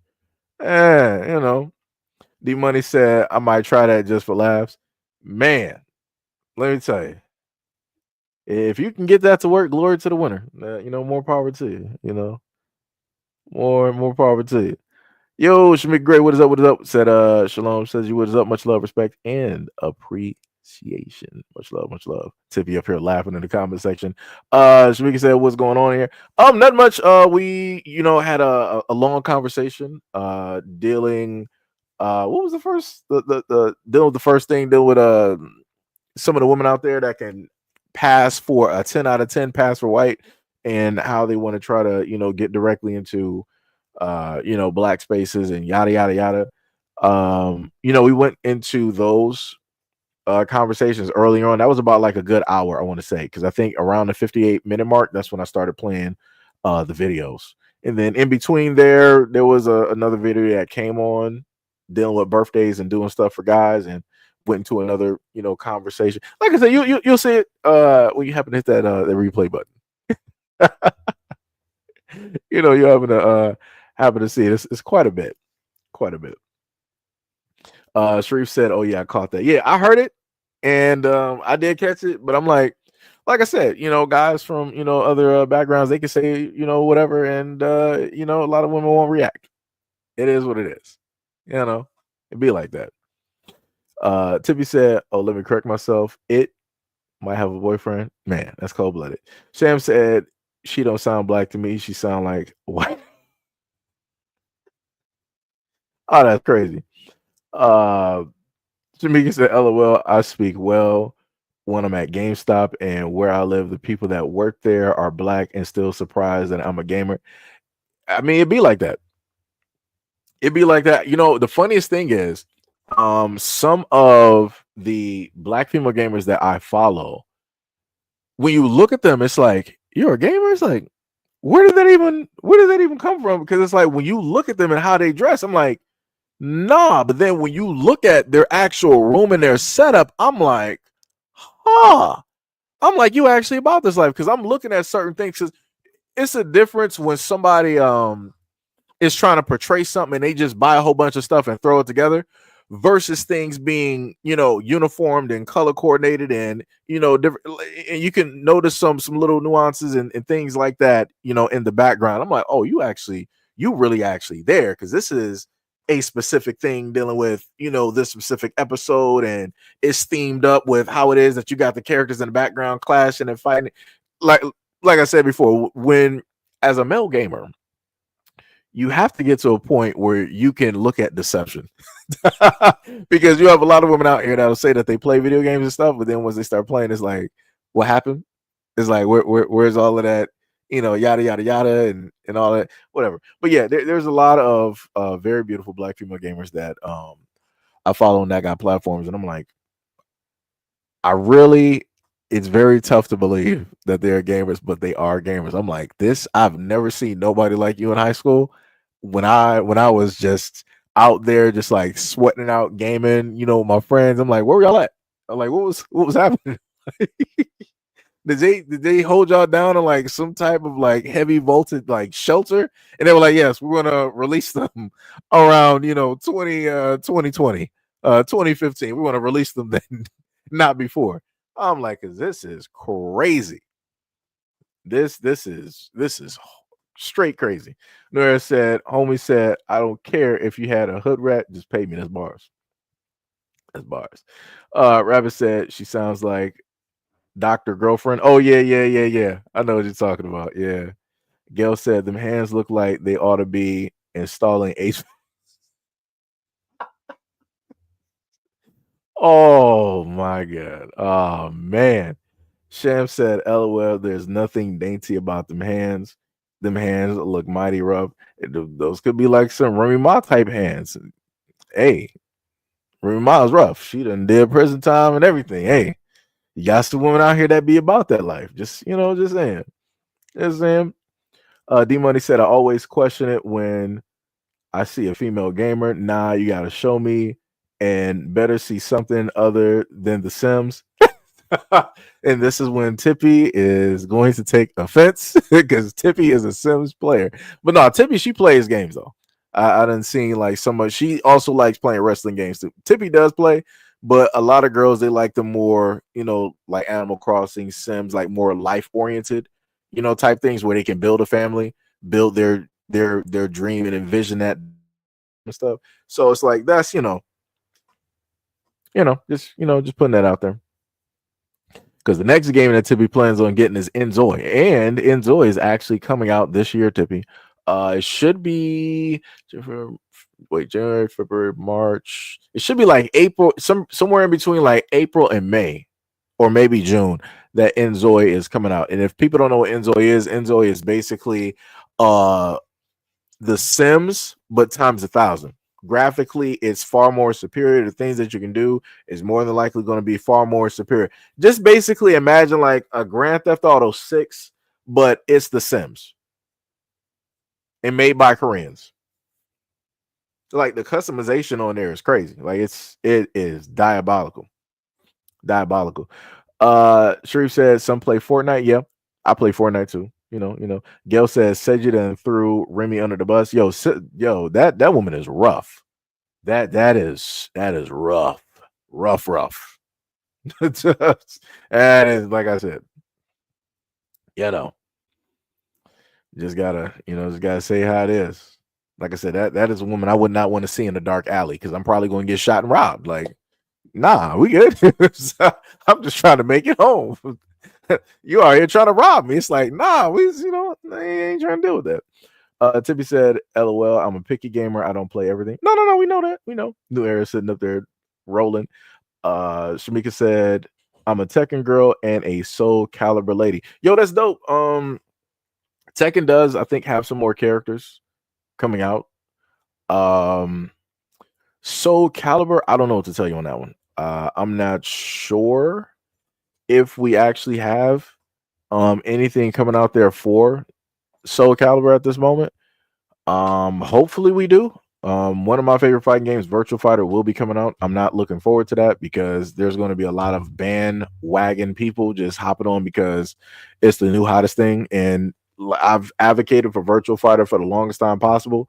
And the funniest thing is, a lot of people who play fighting games didn't know nothing about Virtual Fighter. And Virtual Fighter is basically the grandfather when it deals with like fighting games and all of this, 3D type of stuff. But Virtual Fighter does not get that respect because it's not, a Marvel versus Capcom.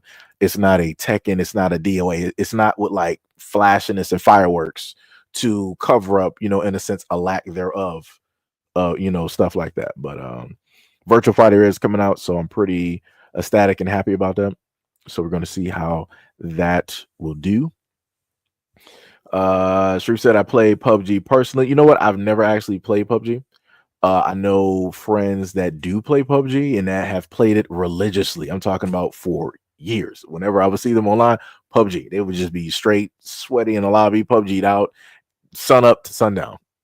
And that is it. Like I said, I don't got nothing to say because I've done the same thing with Call of Duty. I've done that with like Street Fighter 4, done that with fighting games like Virtual Fighter, maybe some Samurai Showdown, Marvel vs. Capcom 2. What was one of the other ones? Smash Brothers, even though people don't consider it as a fighting game, which I do get. I'm either or. So yeah, no judgments here. Namor X said, where are the women who play soul games at?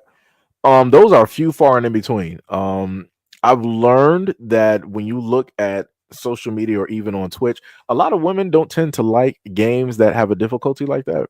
It's they want things that are consistent. So it's like if you were able to do certain things at point A, they want the same consistency at point B, C, D, all the way through Z. The moment in time that you start stripping away or taking things away, or that the difficulty starts going up to a ridiculous account, people are like, all right, I'm out. That was it. I'm on to the next thing. So this is why you see when you look at female gamers online, when it's, let's say, like Twitch or YouTube, you don't see a lot of them playing soul games. They don't play the Elden Rings, they don't play the Bloodborns or the many other games out there, because again, the difficulty.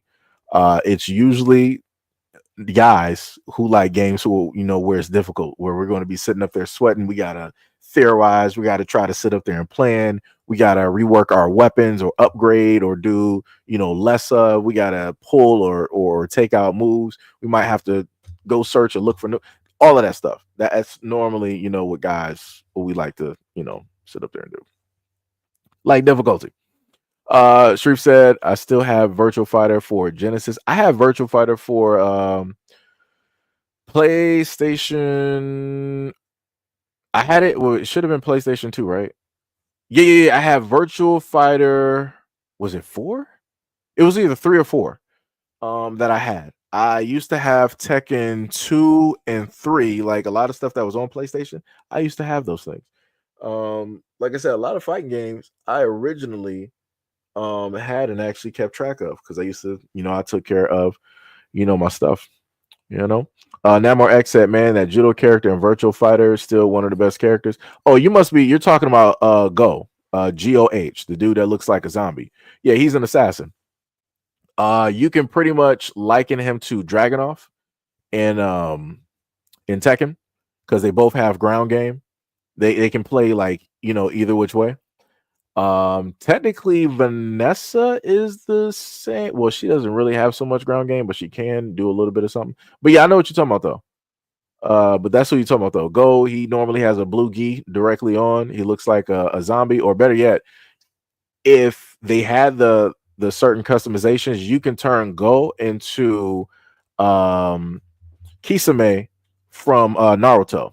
Because I think Go also has sharp teeth, if I'm correct. But yeah, he has the white skin and everything. You can basically make him into Kisame, from the mist, from the water village or whatever. Rabbit said, I like open world adventure RPGs with a nice environment. Pokemon and Zelda. Yeah, those are always dope. Those are always dope, where you can explore, adventure, and look at everything and whatnot. Yeah. Shout out to Breath of the Wild. That was the first game of that nature that, I actually had. Sham said, I play RPGs, JRPGs, MMOs, simulators, medieval games, and are my favorite. Tekken, play logic games too that don't starve, or oxygen not included. Yeah, you pretty much play everything. At one point in time, I used to heavily just like whatever was a game, I would try it out, and then I would really get, into it and invested into it. And then I started being real selective, with a lot of the things that I would actually play. The only game I never really got into was like roller coaster, tycoon, like those type of shit. Those type of those type of sims that I need some water. Jesus Christ. Oh my God. Those type of games that were directly out there. But yeah, they look pretty cool though. They look pretty cool. I'm pretty sure for who was that said that? Let me see. For Sham, if you go back and you look up a game on Xbox, if you have Xbox, it's called like 2 Point Hospital. You'll probably like that one as well. I think that Tippy would actually like that as well, because she likes sim type games where you gotta build and manage and do stuff like that. So, she could check that out, because I know she got PS4. So it should be, playable. Tippy said Soul Calibur. I played that before. See, Tippy, when you play Soul Calibur, I'm guessing you probably played Soul Calibur either 1 through 3. Somewhere in there. Soul Calibur was one of the fighting games that you used to be able to find inside of. This is, like I said, another question that somebody needs to post online to sit up there and basically gauge ages. They need to ask people how old they are. And you can basically fit within a certain demographic, because the newer generation wouldn't know nothing about this at all. They would know zero. Back in my day, you used to have arcade machines in Pizza Hut, arcade machines in McDonald's, arcade machines. I think Little Caesars might have had them as well. And I think in rare times, you might have been able to actually catch one in a, I think I did say McDonald's. Let me see. McDonald's, Little Caesars, Pizza Hut, and also JCPenney. The primary one that they had there was Teenage Mutant Ninja Turtles, and you had 4 sticks directly with there. Matter of fact, that just reminded me, I do plan on, even though I haven't played Call of Duty in a minute, I plan on, because I love Teenage Mutant TMNT, I do plan on getting the skins for the Turtles, because they do have those up there, and those look great. And usually once those skins are there, they'll be up there for a limited time, and then you can't get them. So I'm going to have to do it. I'm going to have to do it for my childhood. I'm going to have to do it. And at any moment in time, I don't care who does it. I don't care what game it is. When they actually come out with some Power, I don't care if it's Fortnite. I don't care if it's Call of Duty. I'm going to have to buy those costumes. They're going to be, draining my wallet. You're going to be, my childhood is calling. It's like, yo, you got to get these costumes, even though we don't play this game. It's going to have to happen, But yeah, what is it? Sam said, LOL. I'm still out of the loop because I didn't know that there was another Streets of Rage. Yeah. So anybody that's a gamer here, Sega is returning, and they're, well, not in a sense system wise, but they're coming back, and they were doing a lot of their classic games. So Shinobi, Streets of Rage, all of that, they're bringing those back out with brand new graphics and everything for this generation. So again, be on the lookout for that. Just like how we got Onimusha coming out in 2026. Looks beautiful, looks great. I feel like we are looking at in a sense, back in the earlier years when we had, PS2 and whatnot or whatever, when it deals with like video games. Like it's dope. Sharif says Samurai Showdown. Okay. Oh, okay. You said okay, Seiji. I still have a Genesis and I have Samurai Showdown 1, 2, and 3. I got Samurai Showdown for my Xbox. I got that for my Xbox. I played it a little bit here and there. Years. Technically, I could say some years because it's been a while. At a point in time, like I usually will sit up there and buy the fighting games. I think I have Tekken. I just really didn't play it at the moment. I was trying to get used to it, but then I got distracted by other things. And again, dealing with stuff with the channel, having to push out content and whatnot. You got to try to manage stuff. But if it comes to a point where I'm doing, some video game content, I can technically put a little bit more time into actually caring about the games that I actually buy versus just sitting them there in a library and it just be that, D Money said, I respect it.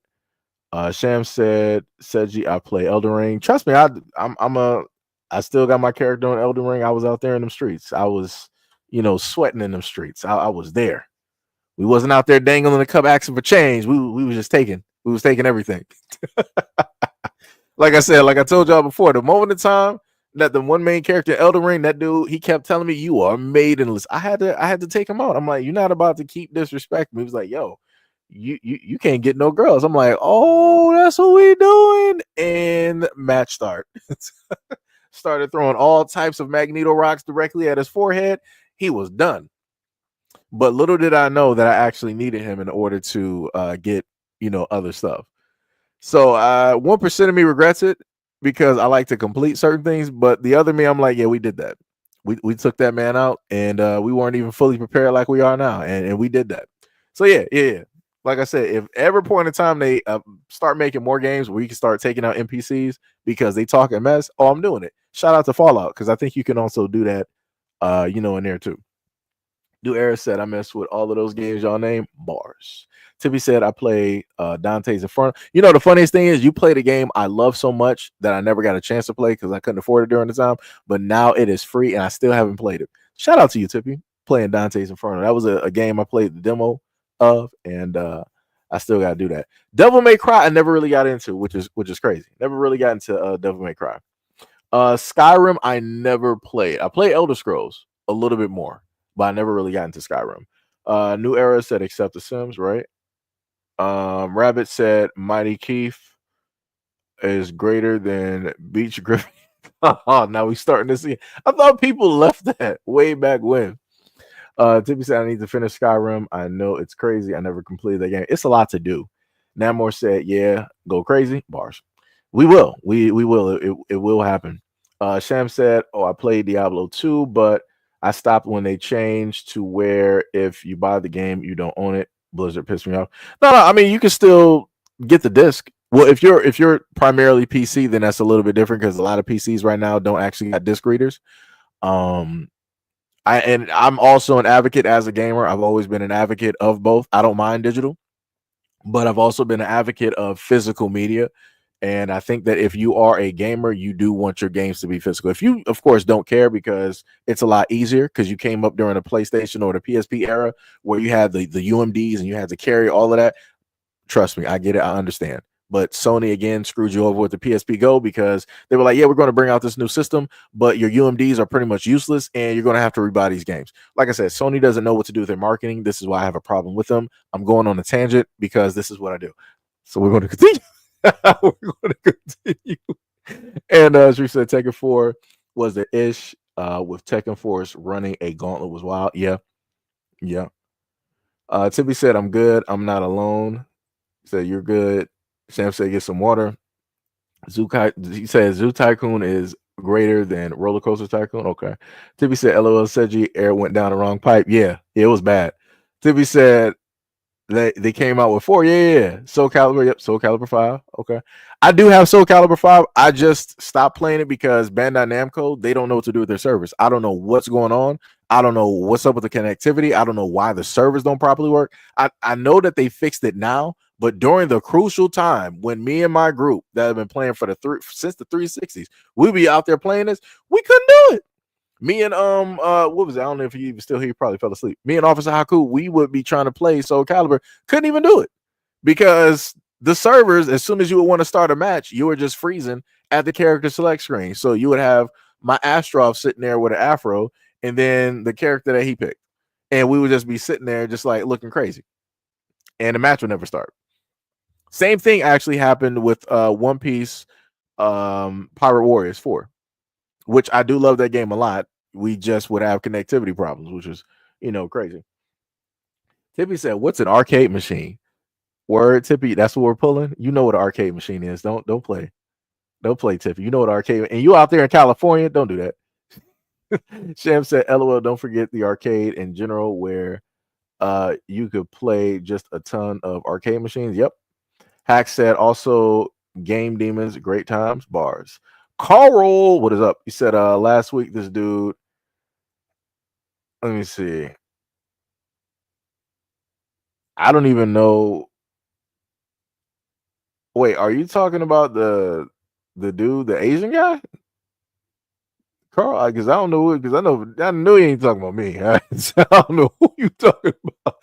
That's why I need people to specify. I really need people to specify. Sham said, "LOL, I hate when I play the arcade with Teenage Ninja Turtles, and that elevator was hard." Oh yeah, because they just kept coming into the elevator. Yeah. They had the same thing in Streets of Rage. Funny enough, the exact same elevator was in Streets of Rage. It was in another game that I played. If anybody knows, back during the PlayStation era, it was called Genkido. That was a game I really have to look for that. It's going to be very hard to find. Like I said, I plan on trying to buy a lot of these games. It's just going to take some time. Ash said I was too young for arcade machines. I couldn't reach the controls and barely see the screen. Damn, it's crazy. My childhood was looking at April O'Neil. Oh yeah. Back in my day, April O'Neil was black. That'll trigger, some people out there on Twitter. Tippy said, "My mom has a gaming console with a lot of old classic games in one." Oh, that's dope. You need to play those, Tippy. Learn some history. Play some games with your mom. Sharif said, "I'll be 44 this year." Much respect. And I'm glad it's not that much of a disconnect with games between generations. Oh yeah. That's bars. Tippy said, "I played Red Dead Redemption 1 and 2, Mafia 2 and 3. I never played Mafia 1." Yeah, a lot of games. I played Dynasty Warriors 3, and I never played 1 and 2. Right, but I went through 3, 4, 5, 6, some Extreme Legends, Dynasty Warriors, Empires, and I got Dynasty Warriors 9. I didn't make it through the Samurai Warriors thing yet. I still got to do that because I always thought Samurai Warriors, that was actually a pretty cool concept and whatnot. But D Money said it depends on the game. I'm okay with digital sports games, but everything else I prefer to be physical copy. I get that, yeah. Tippy said, "I remember Soul Calibur with Spawn." Yeah. That's what I was talking about. That was during a time where it was a crossover between the 3 consoles. So you had PlayStation, Xbox, and GameCube. GameCube had Zelda, Xbox had Spawn, and PlayStation had Hinhachi.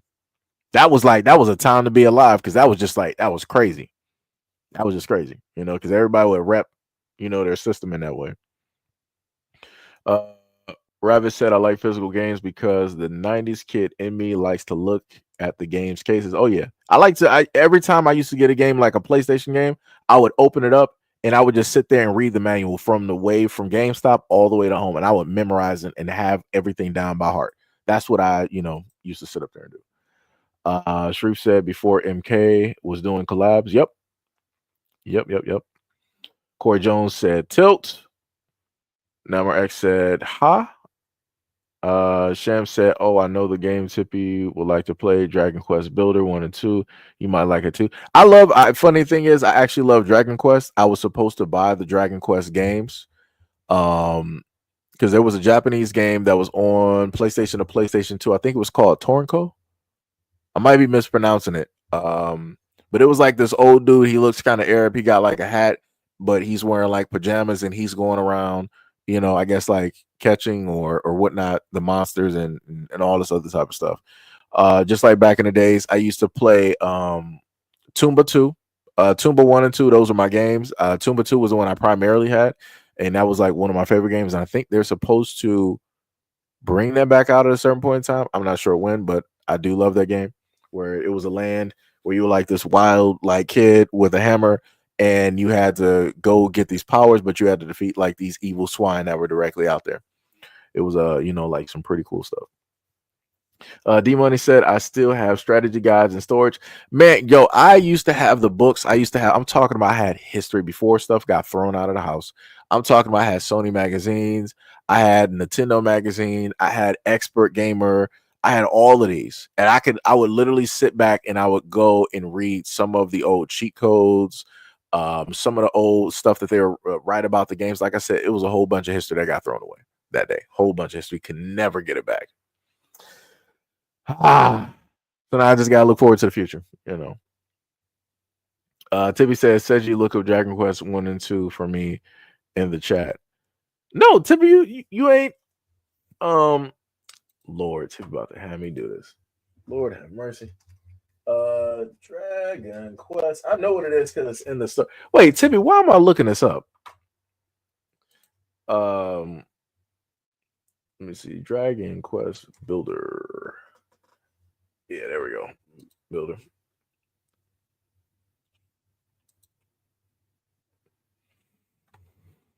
Like, it's sort of kind of like Minecraft, Tippy, in a sense. Because before I do this, I gotta try to make sure everything is kind of kosher here, because I ain't trying to have no type of errors, just magically show up by mistake. So let me get the oh wait, I'll have to do browser over here. That's what it is. Oh, but the browser source might not properly show up, will it? Okay, we're going to check it out. Let me go to browser source. Let me go to browser source. Where is it at? Okay, browser. And then I gotta go here. Copy. Paste.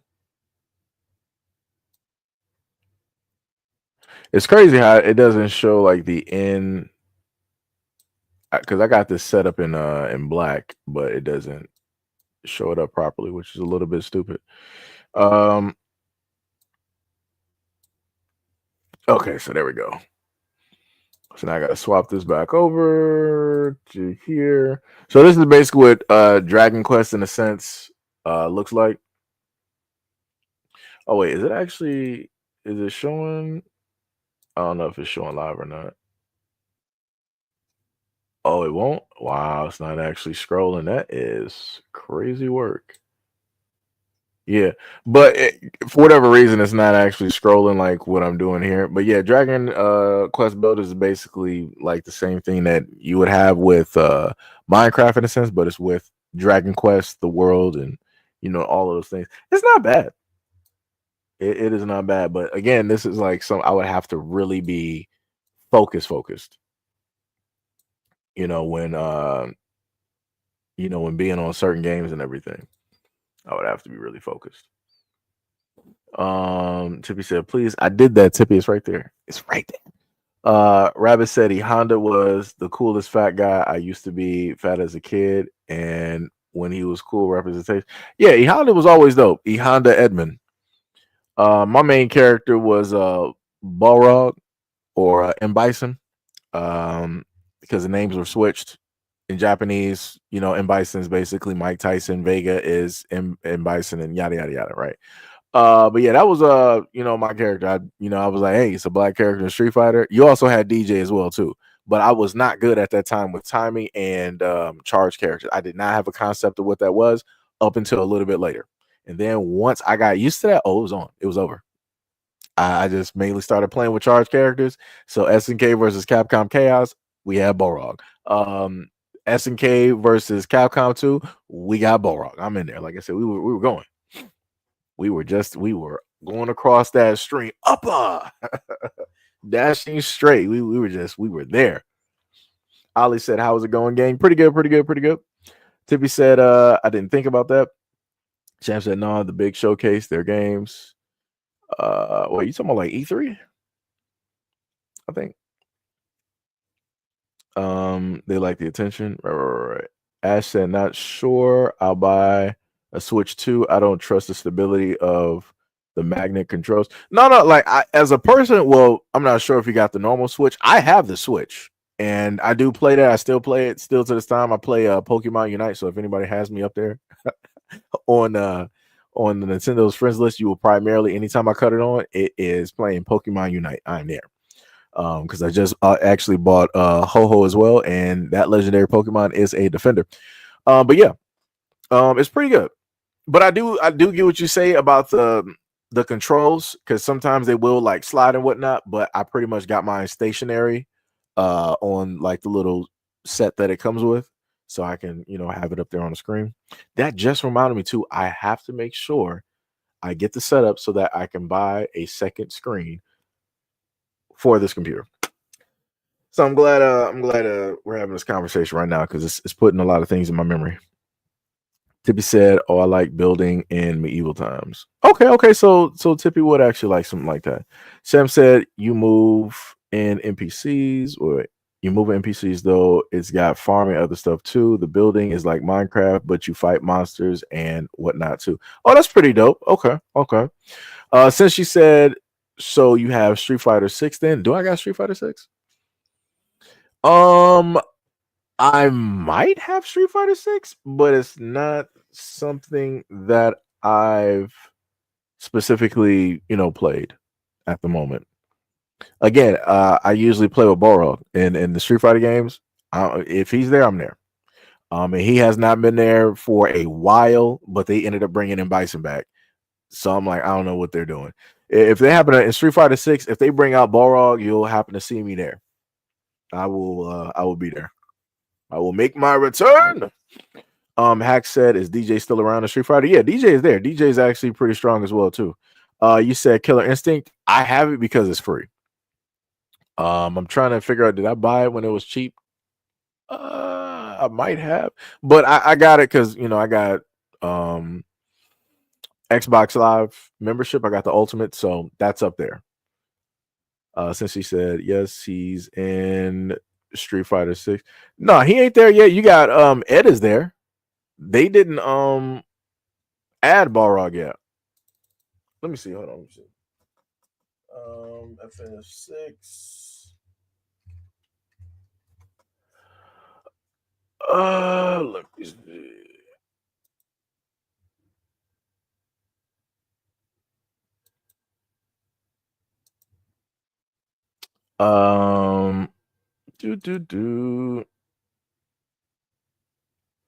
Yeah, it was like, "Is Balrog in Street Fighter 6? He isn't in the base game and has not been announced for any DLC pack at this time of writing." Yeah. Oh no. Oh, I think you're all right. I think he is there. I think he is. Like that's how you know it's been so long since I played Street Fighter. Because I think I might vaguely remember him being there. But yeah, you're more than likely right. I stand corrected. Stand corrected. Hack said, "Cool beans." Shreep said, "Not gonna lie, Dudley was a problem in Street Fighter 3. Oh yeah, Dudley was always dope. Like those two black dudes being boxers, always dope, because you got two different types of, like boxers and whatnot. And that's the reason I loved when they threw Dudley into Street Fighter 4, because I actually got to see that matchup. Because I'm like, for me, those are like the coldest fighters. Because you literally got Dudley, who is a gentleman. He's from like the UK and everything. Like, dude is like literally got T. He's like Bruce Wayne, the Street Fighter, right? He got T. He got the limousine. He got his own Alfred and whatnot. He just pull up with gloves already on. He's like, "All right, let's go." He got like the suit. Oh man, that dude was cold. And then he got Balrog, dude from the streets. He like, "All right, I got it from the mud, literally, and I fight for my money, aka my fight money. And this dude, where whatever was happening, it's a fight. He's ready, right? So, like I said, I love both of those fighters. Hack said, "Cool beans." Free. Yeah, I got that one. Tippy said, "It looks like a free download game." I think it might be. D Money said, "Killer Instinct was underrated." True. Shreve said, "Combo breaker bars." Since she said Deli was nasty, for sure, facts. That is facts. Since she said Killer Instinct is still clean, it is, and it still looks great. Tippy said, "Okay, cool. I might download it. Thanks. I haven't been in the gaming mood for a while now. I've been telling you to sit up there and game, Tippy, for a while. For a while. Tippy going to force me to sit up there and gift the game out here just to have her play something. I'm going to have to make sure like it's a long, arduous game full of Herculean feats. I might have to get her Elden Ring real quick. I'm like, Tippy, I'm about to buy you Elden Ring. Do something like that. Shreve said, I have a Super Nintendo as well, and Killer Instinct for that too. Dope. Sham said, I remember my first JRPG was Star Fox and on PS1, but then I played JRPGs like what is that?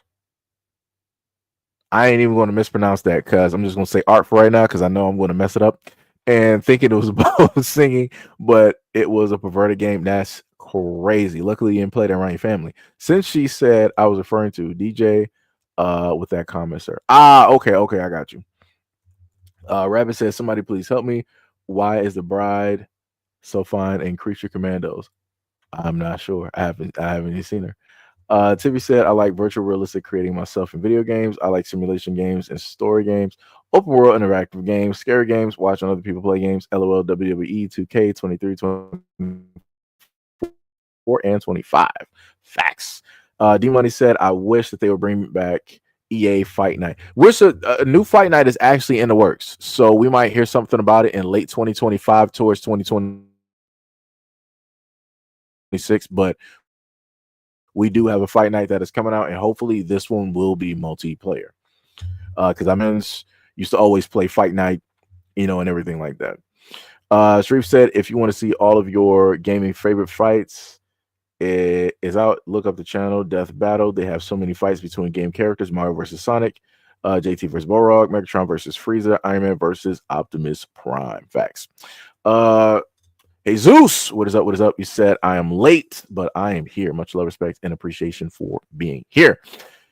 But I'm sorry to have to announce that this is the end of the stream. And we got to be getting up out of here because it is currently like 3:26 at this moment in time, and it is 9:18, so it is pretty late. So our brother's going to figure out some stuff to do, go out there and get some food, different things of that nature. What is it? Is it currently Monday right now? Yeah, so that means I would not be able to order any sushi if I wanted to. That hurts my feelings. So yeah. Wait, what the heck? Wait. Rabbit says, Seiji, what game mode you step away, you rethink? Wait. What game made you step away and rethink strategy? Ooh, that's a tough one because there's a lot of games directly out there. Virtual Fighter, Tekken, Street Fighter, Elden Ring, Okami or Okame.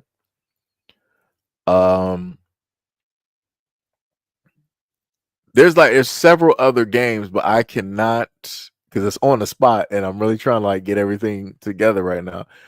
There's a lot of games that made me actually step back and be like, all right, this ain't working. We gotta really figure, somehow we're gonna have to sit up there and go to the lab real quick and work some stuff out. We're gonna have to, fix some things.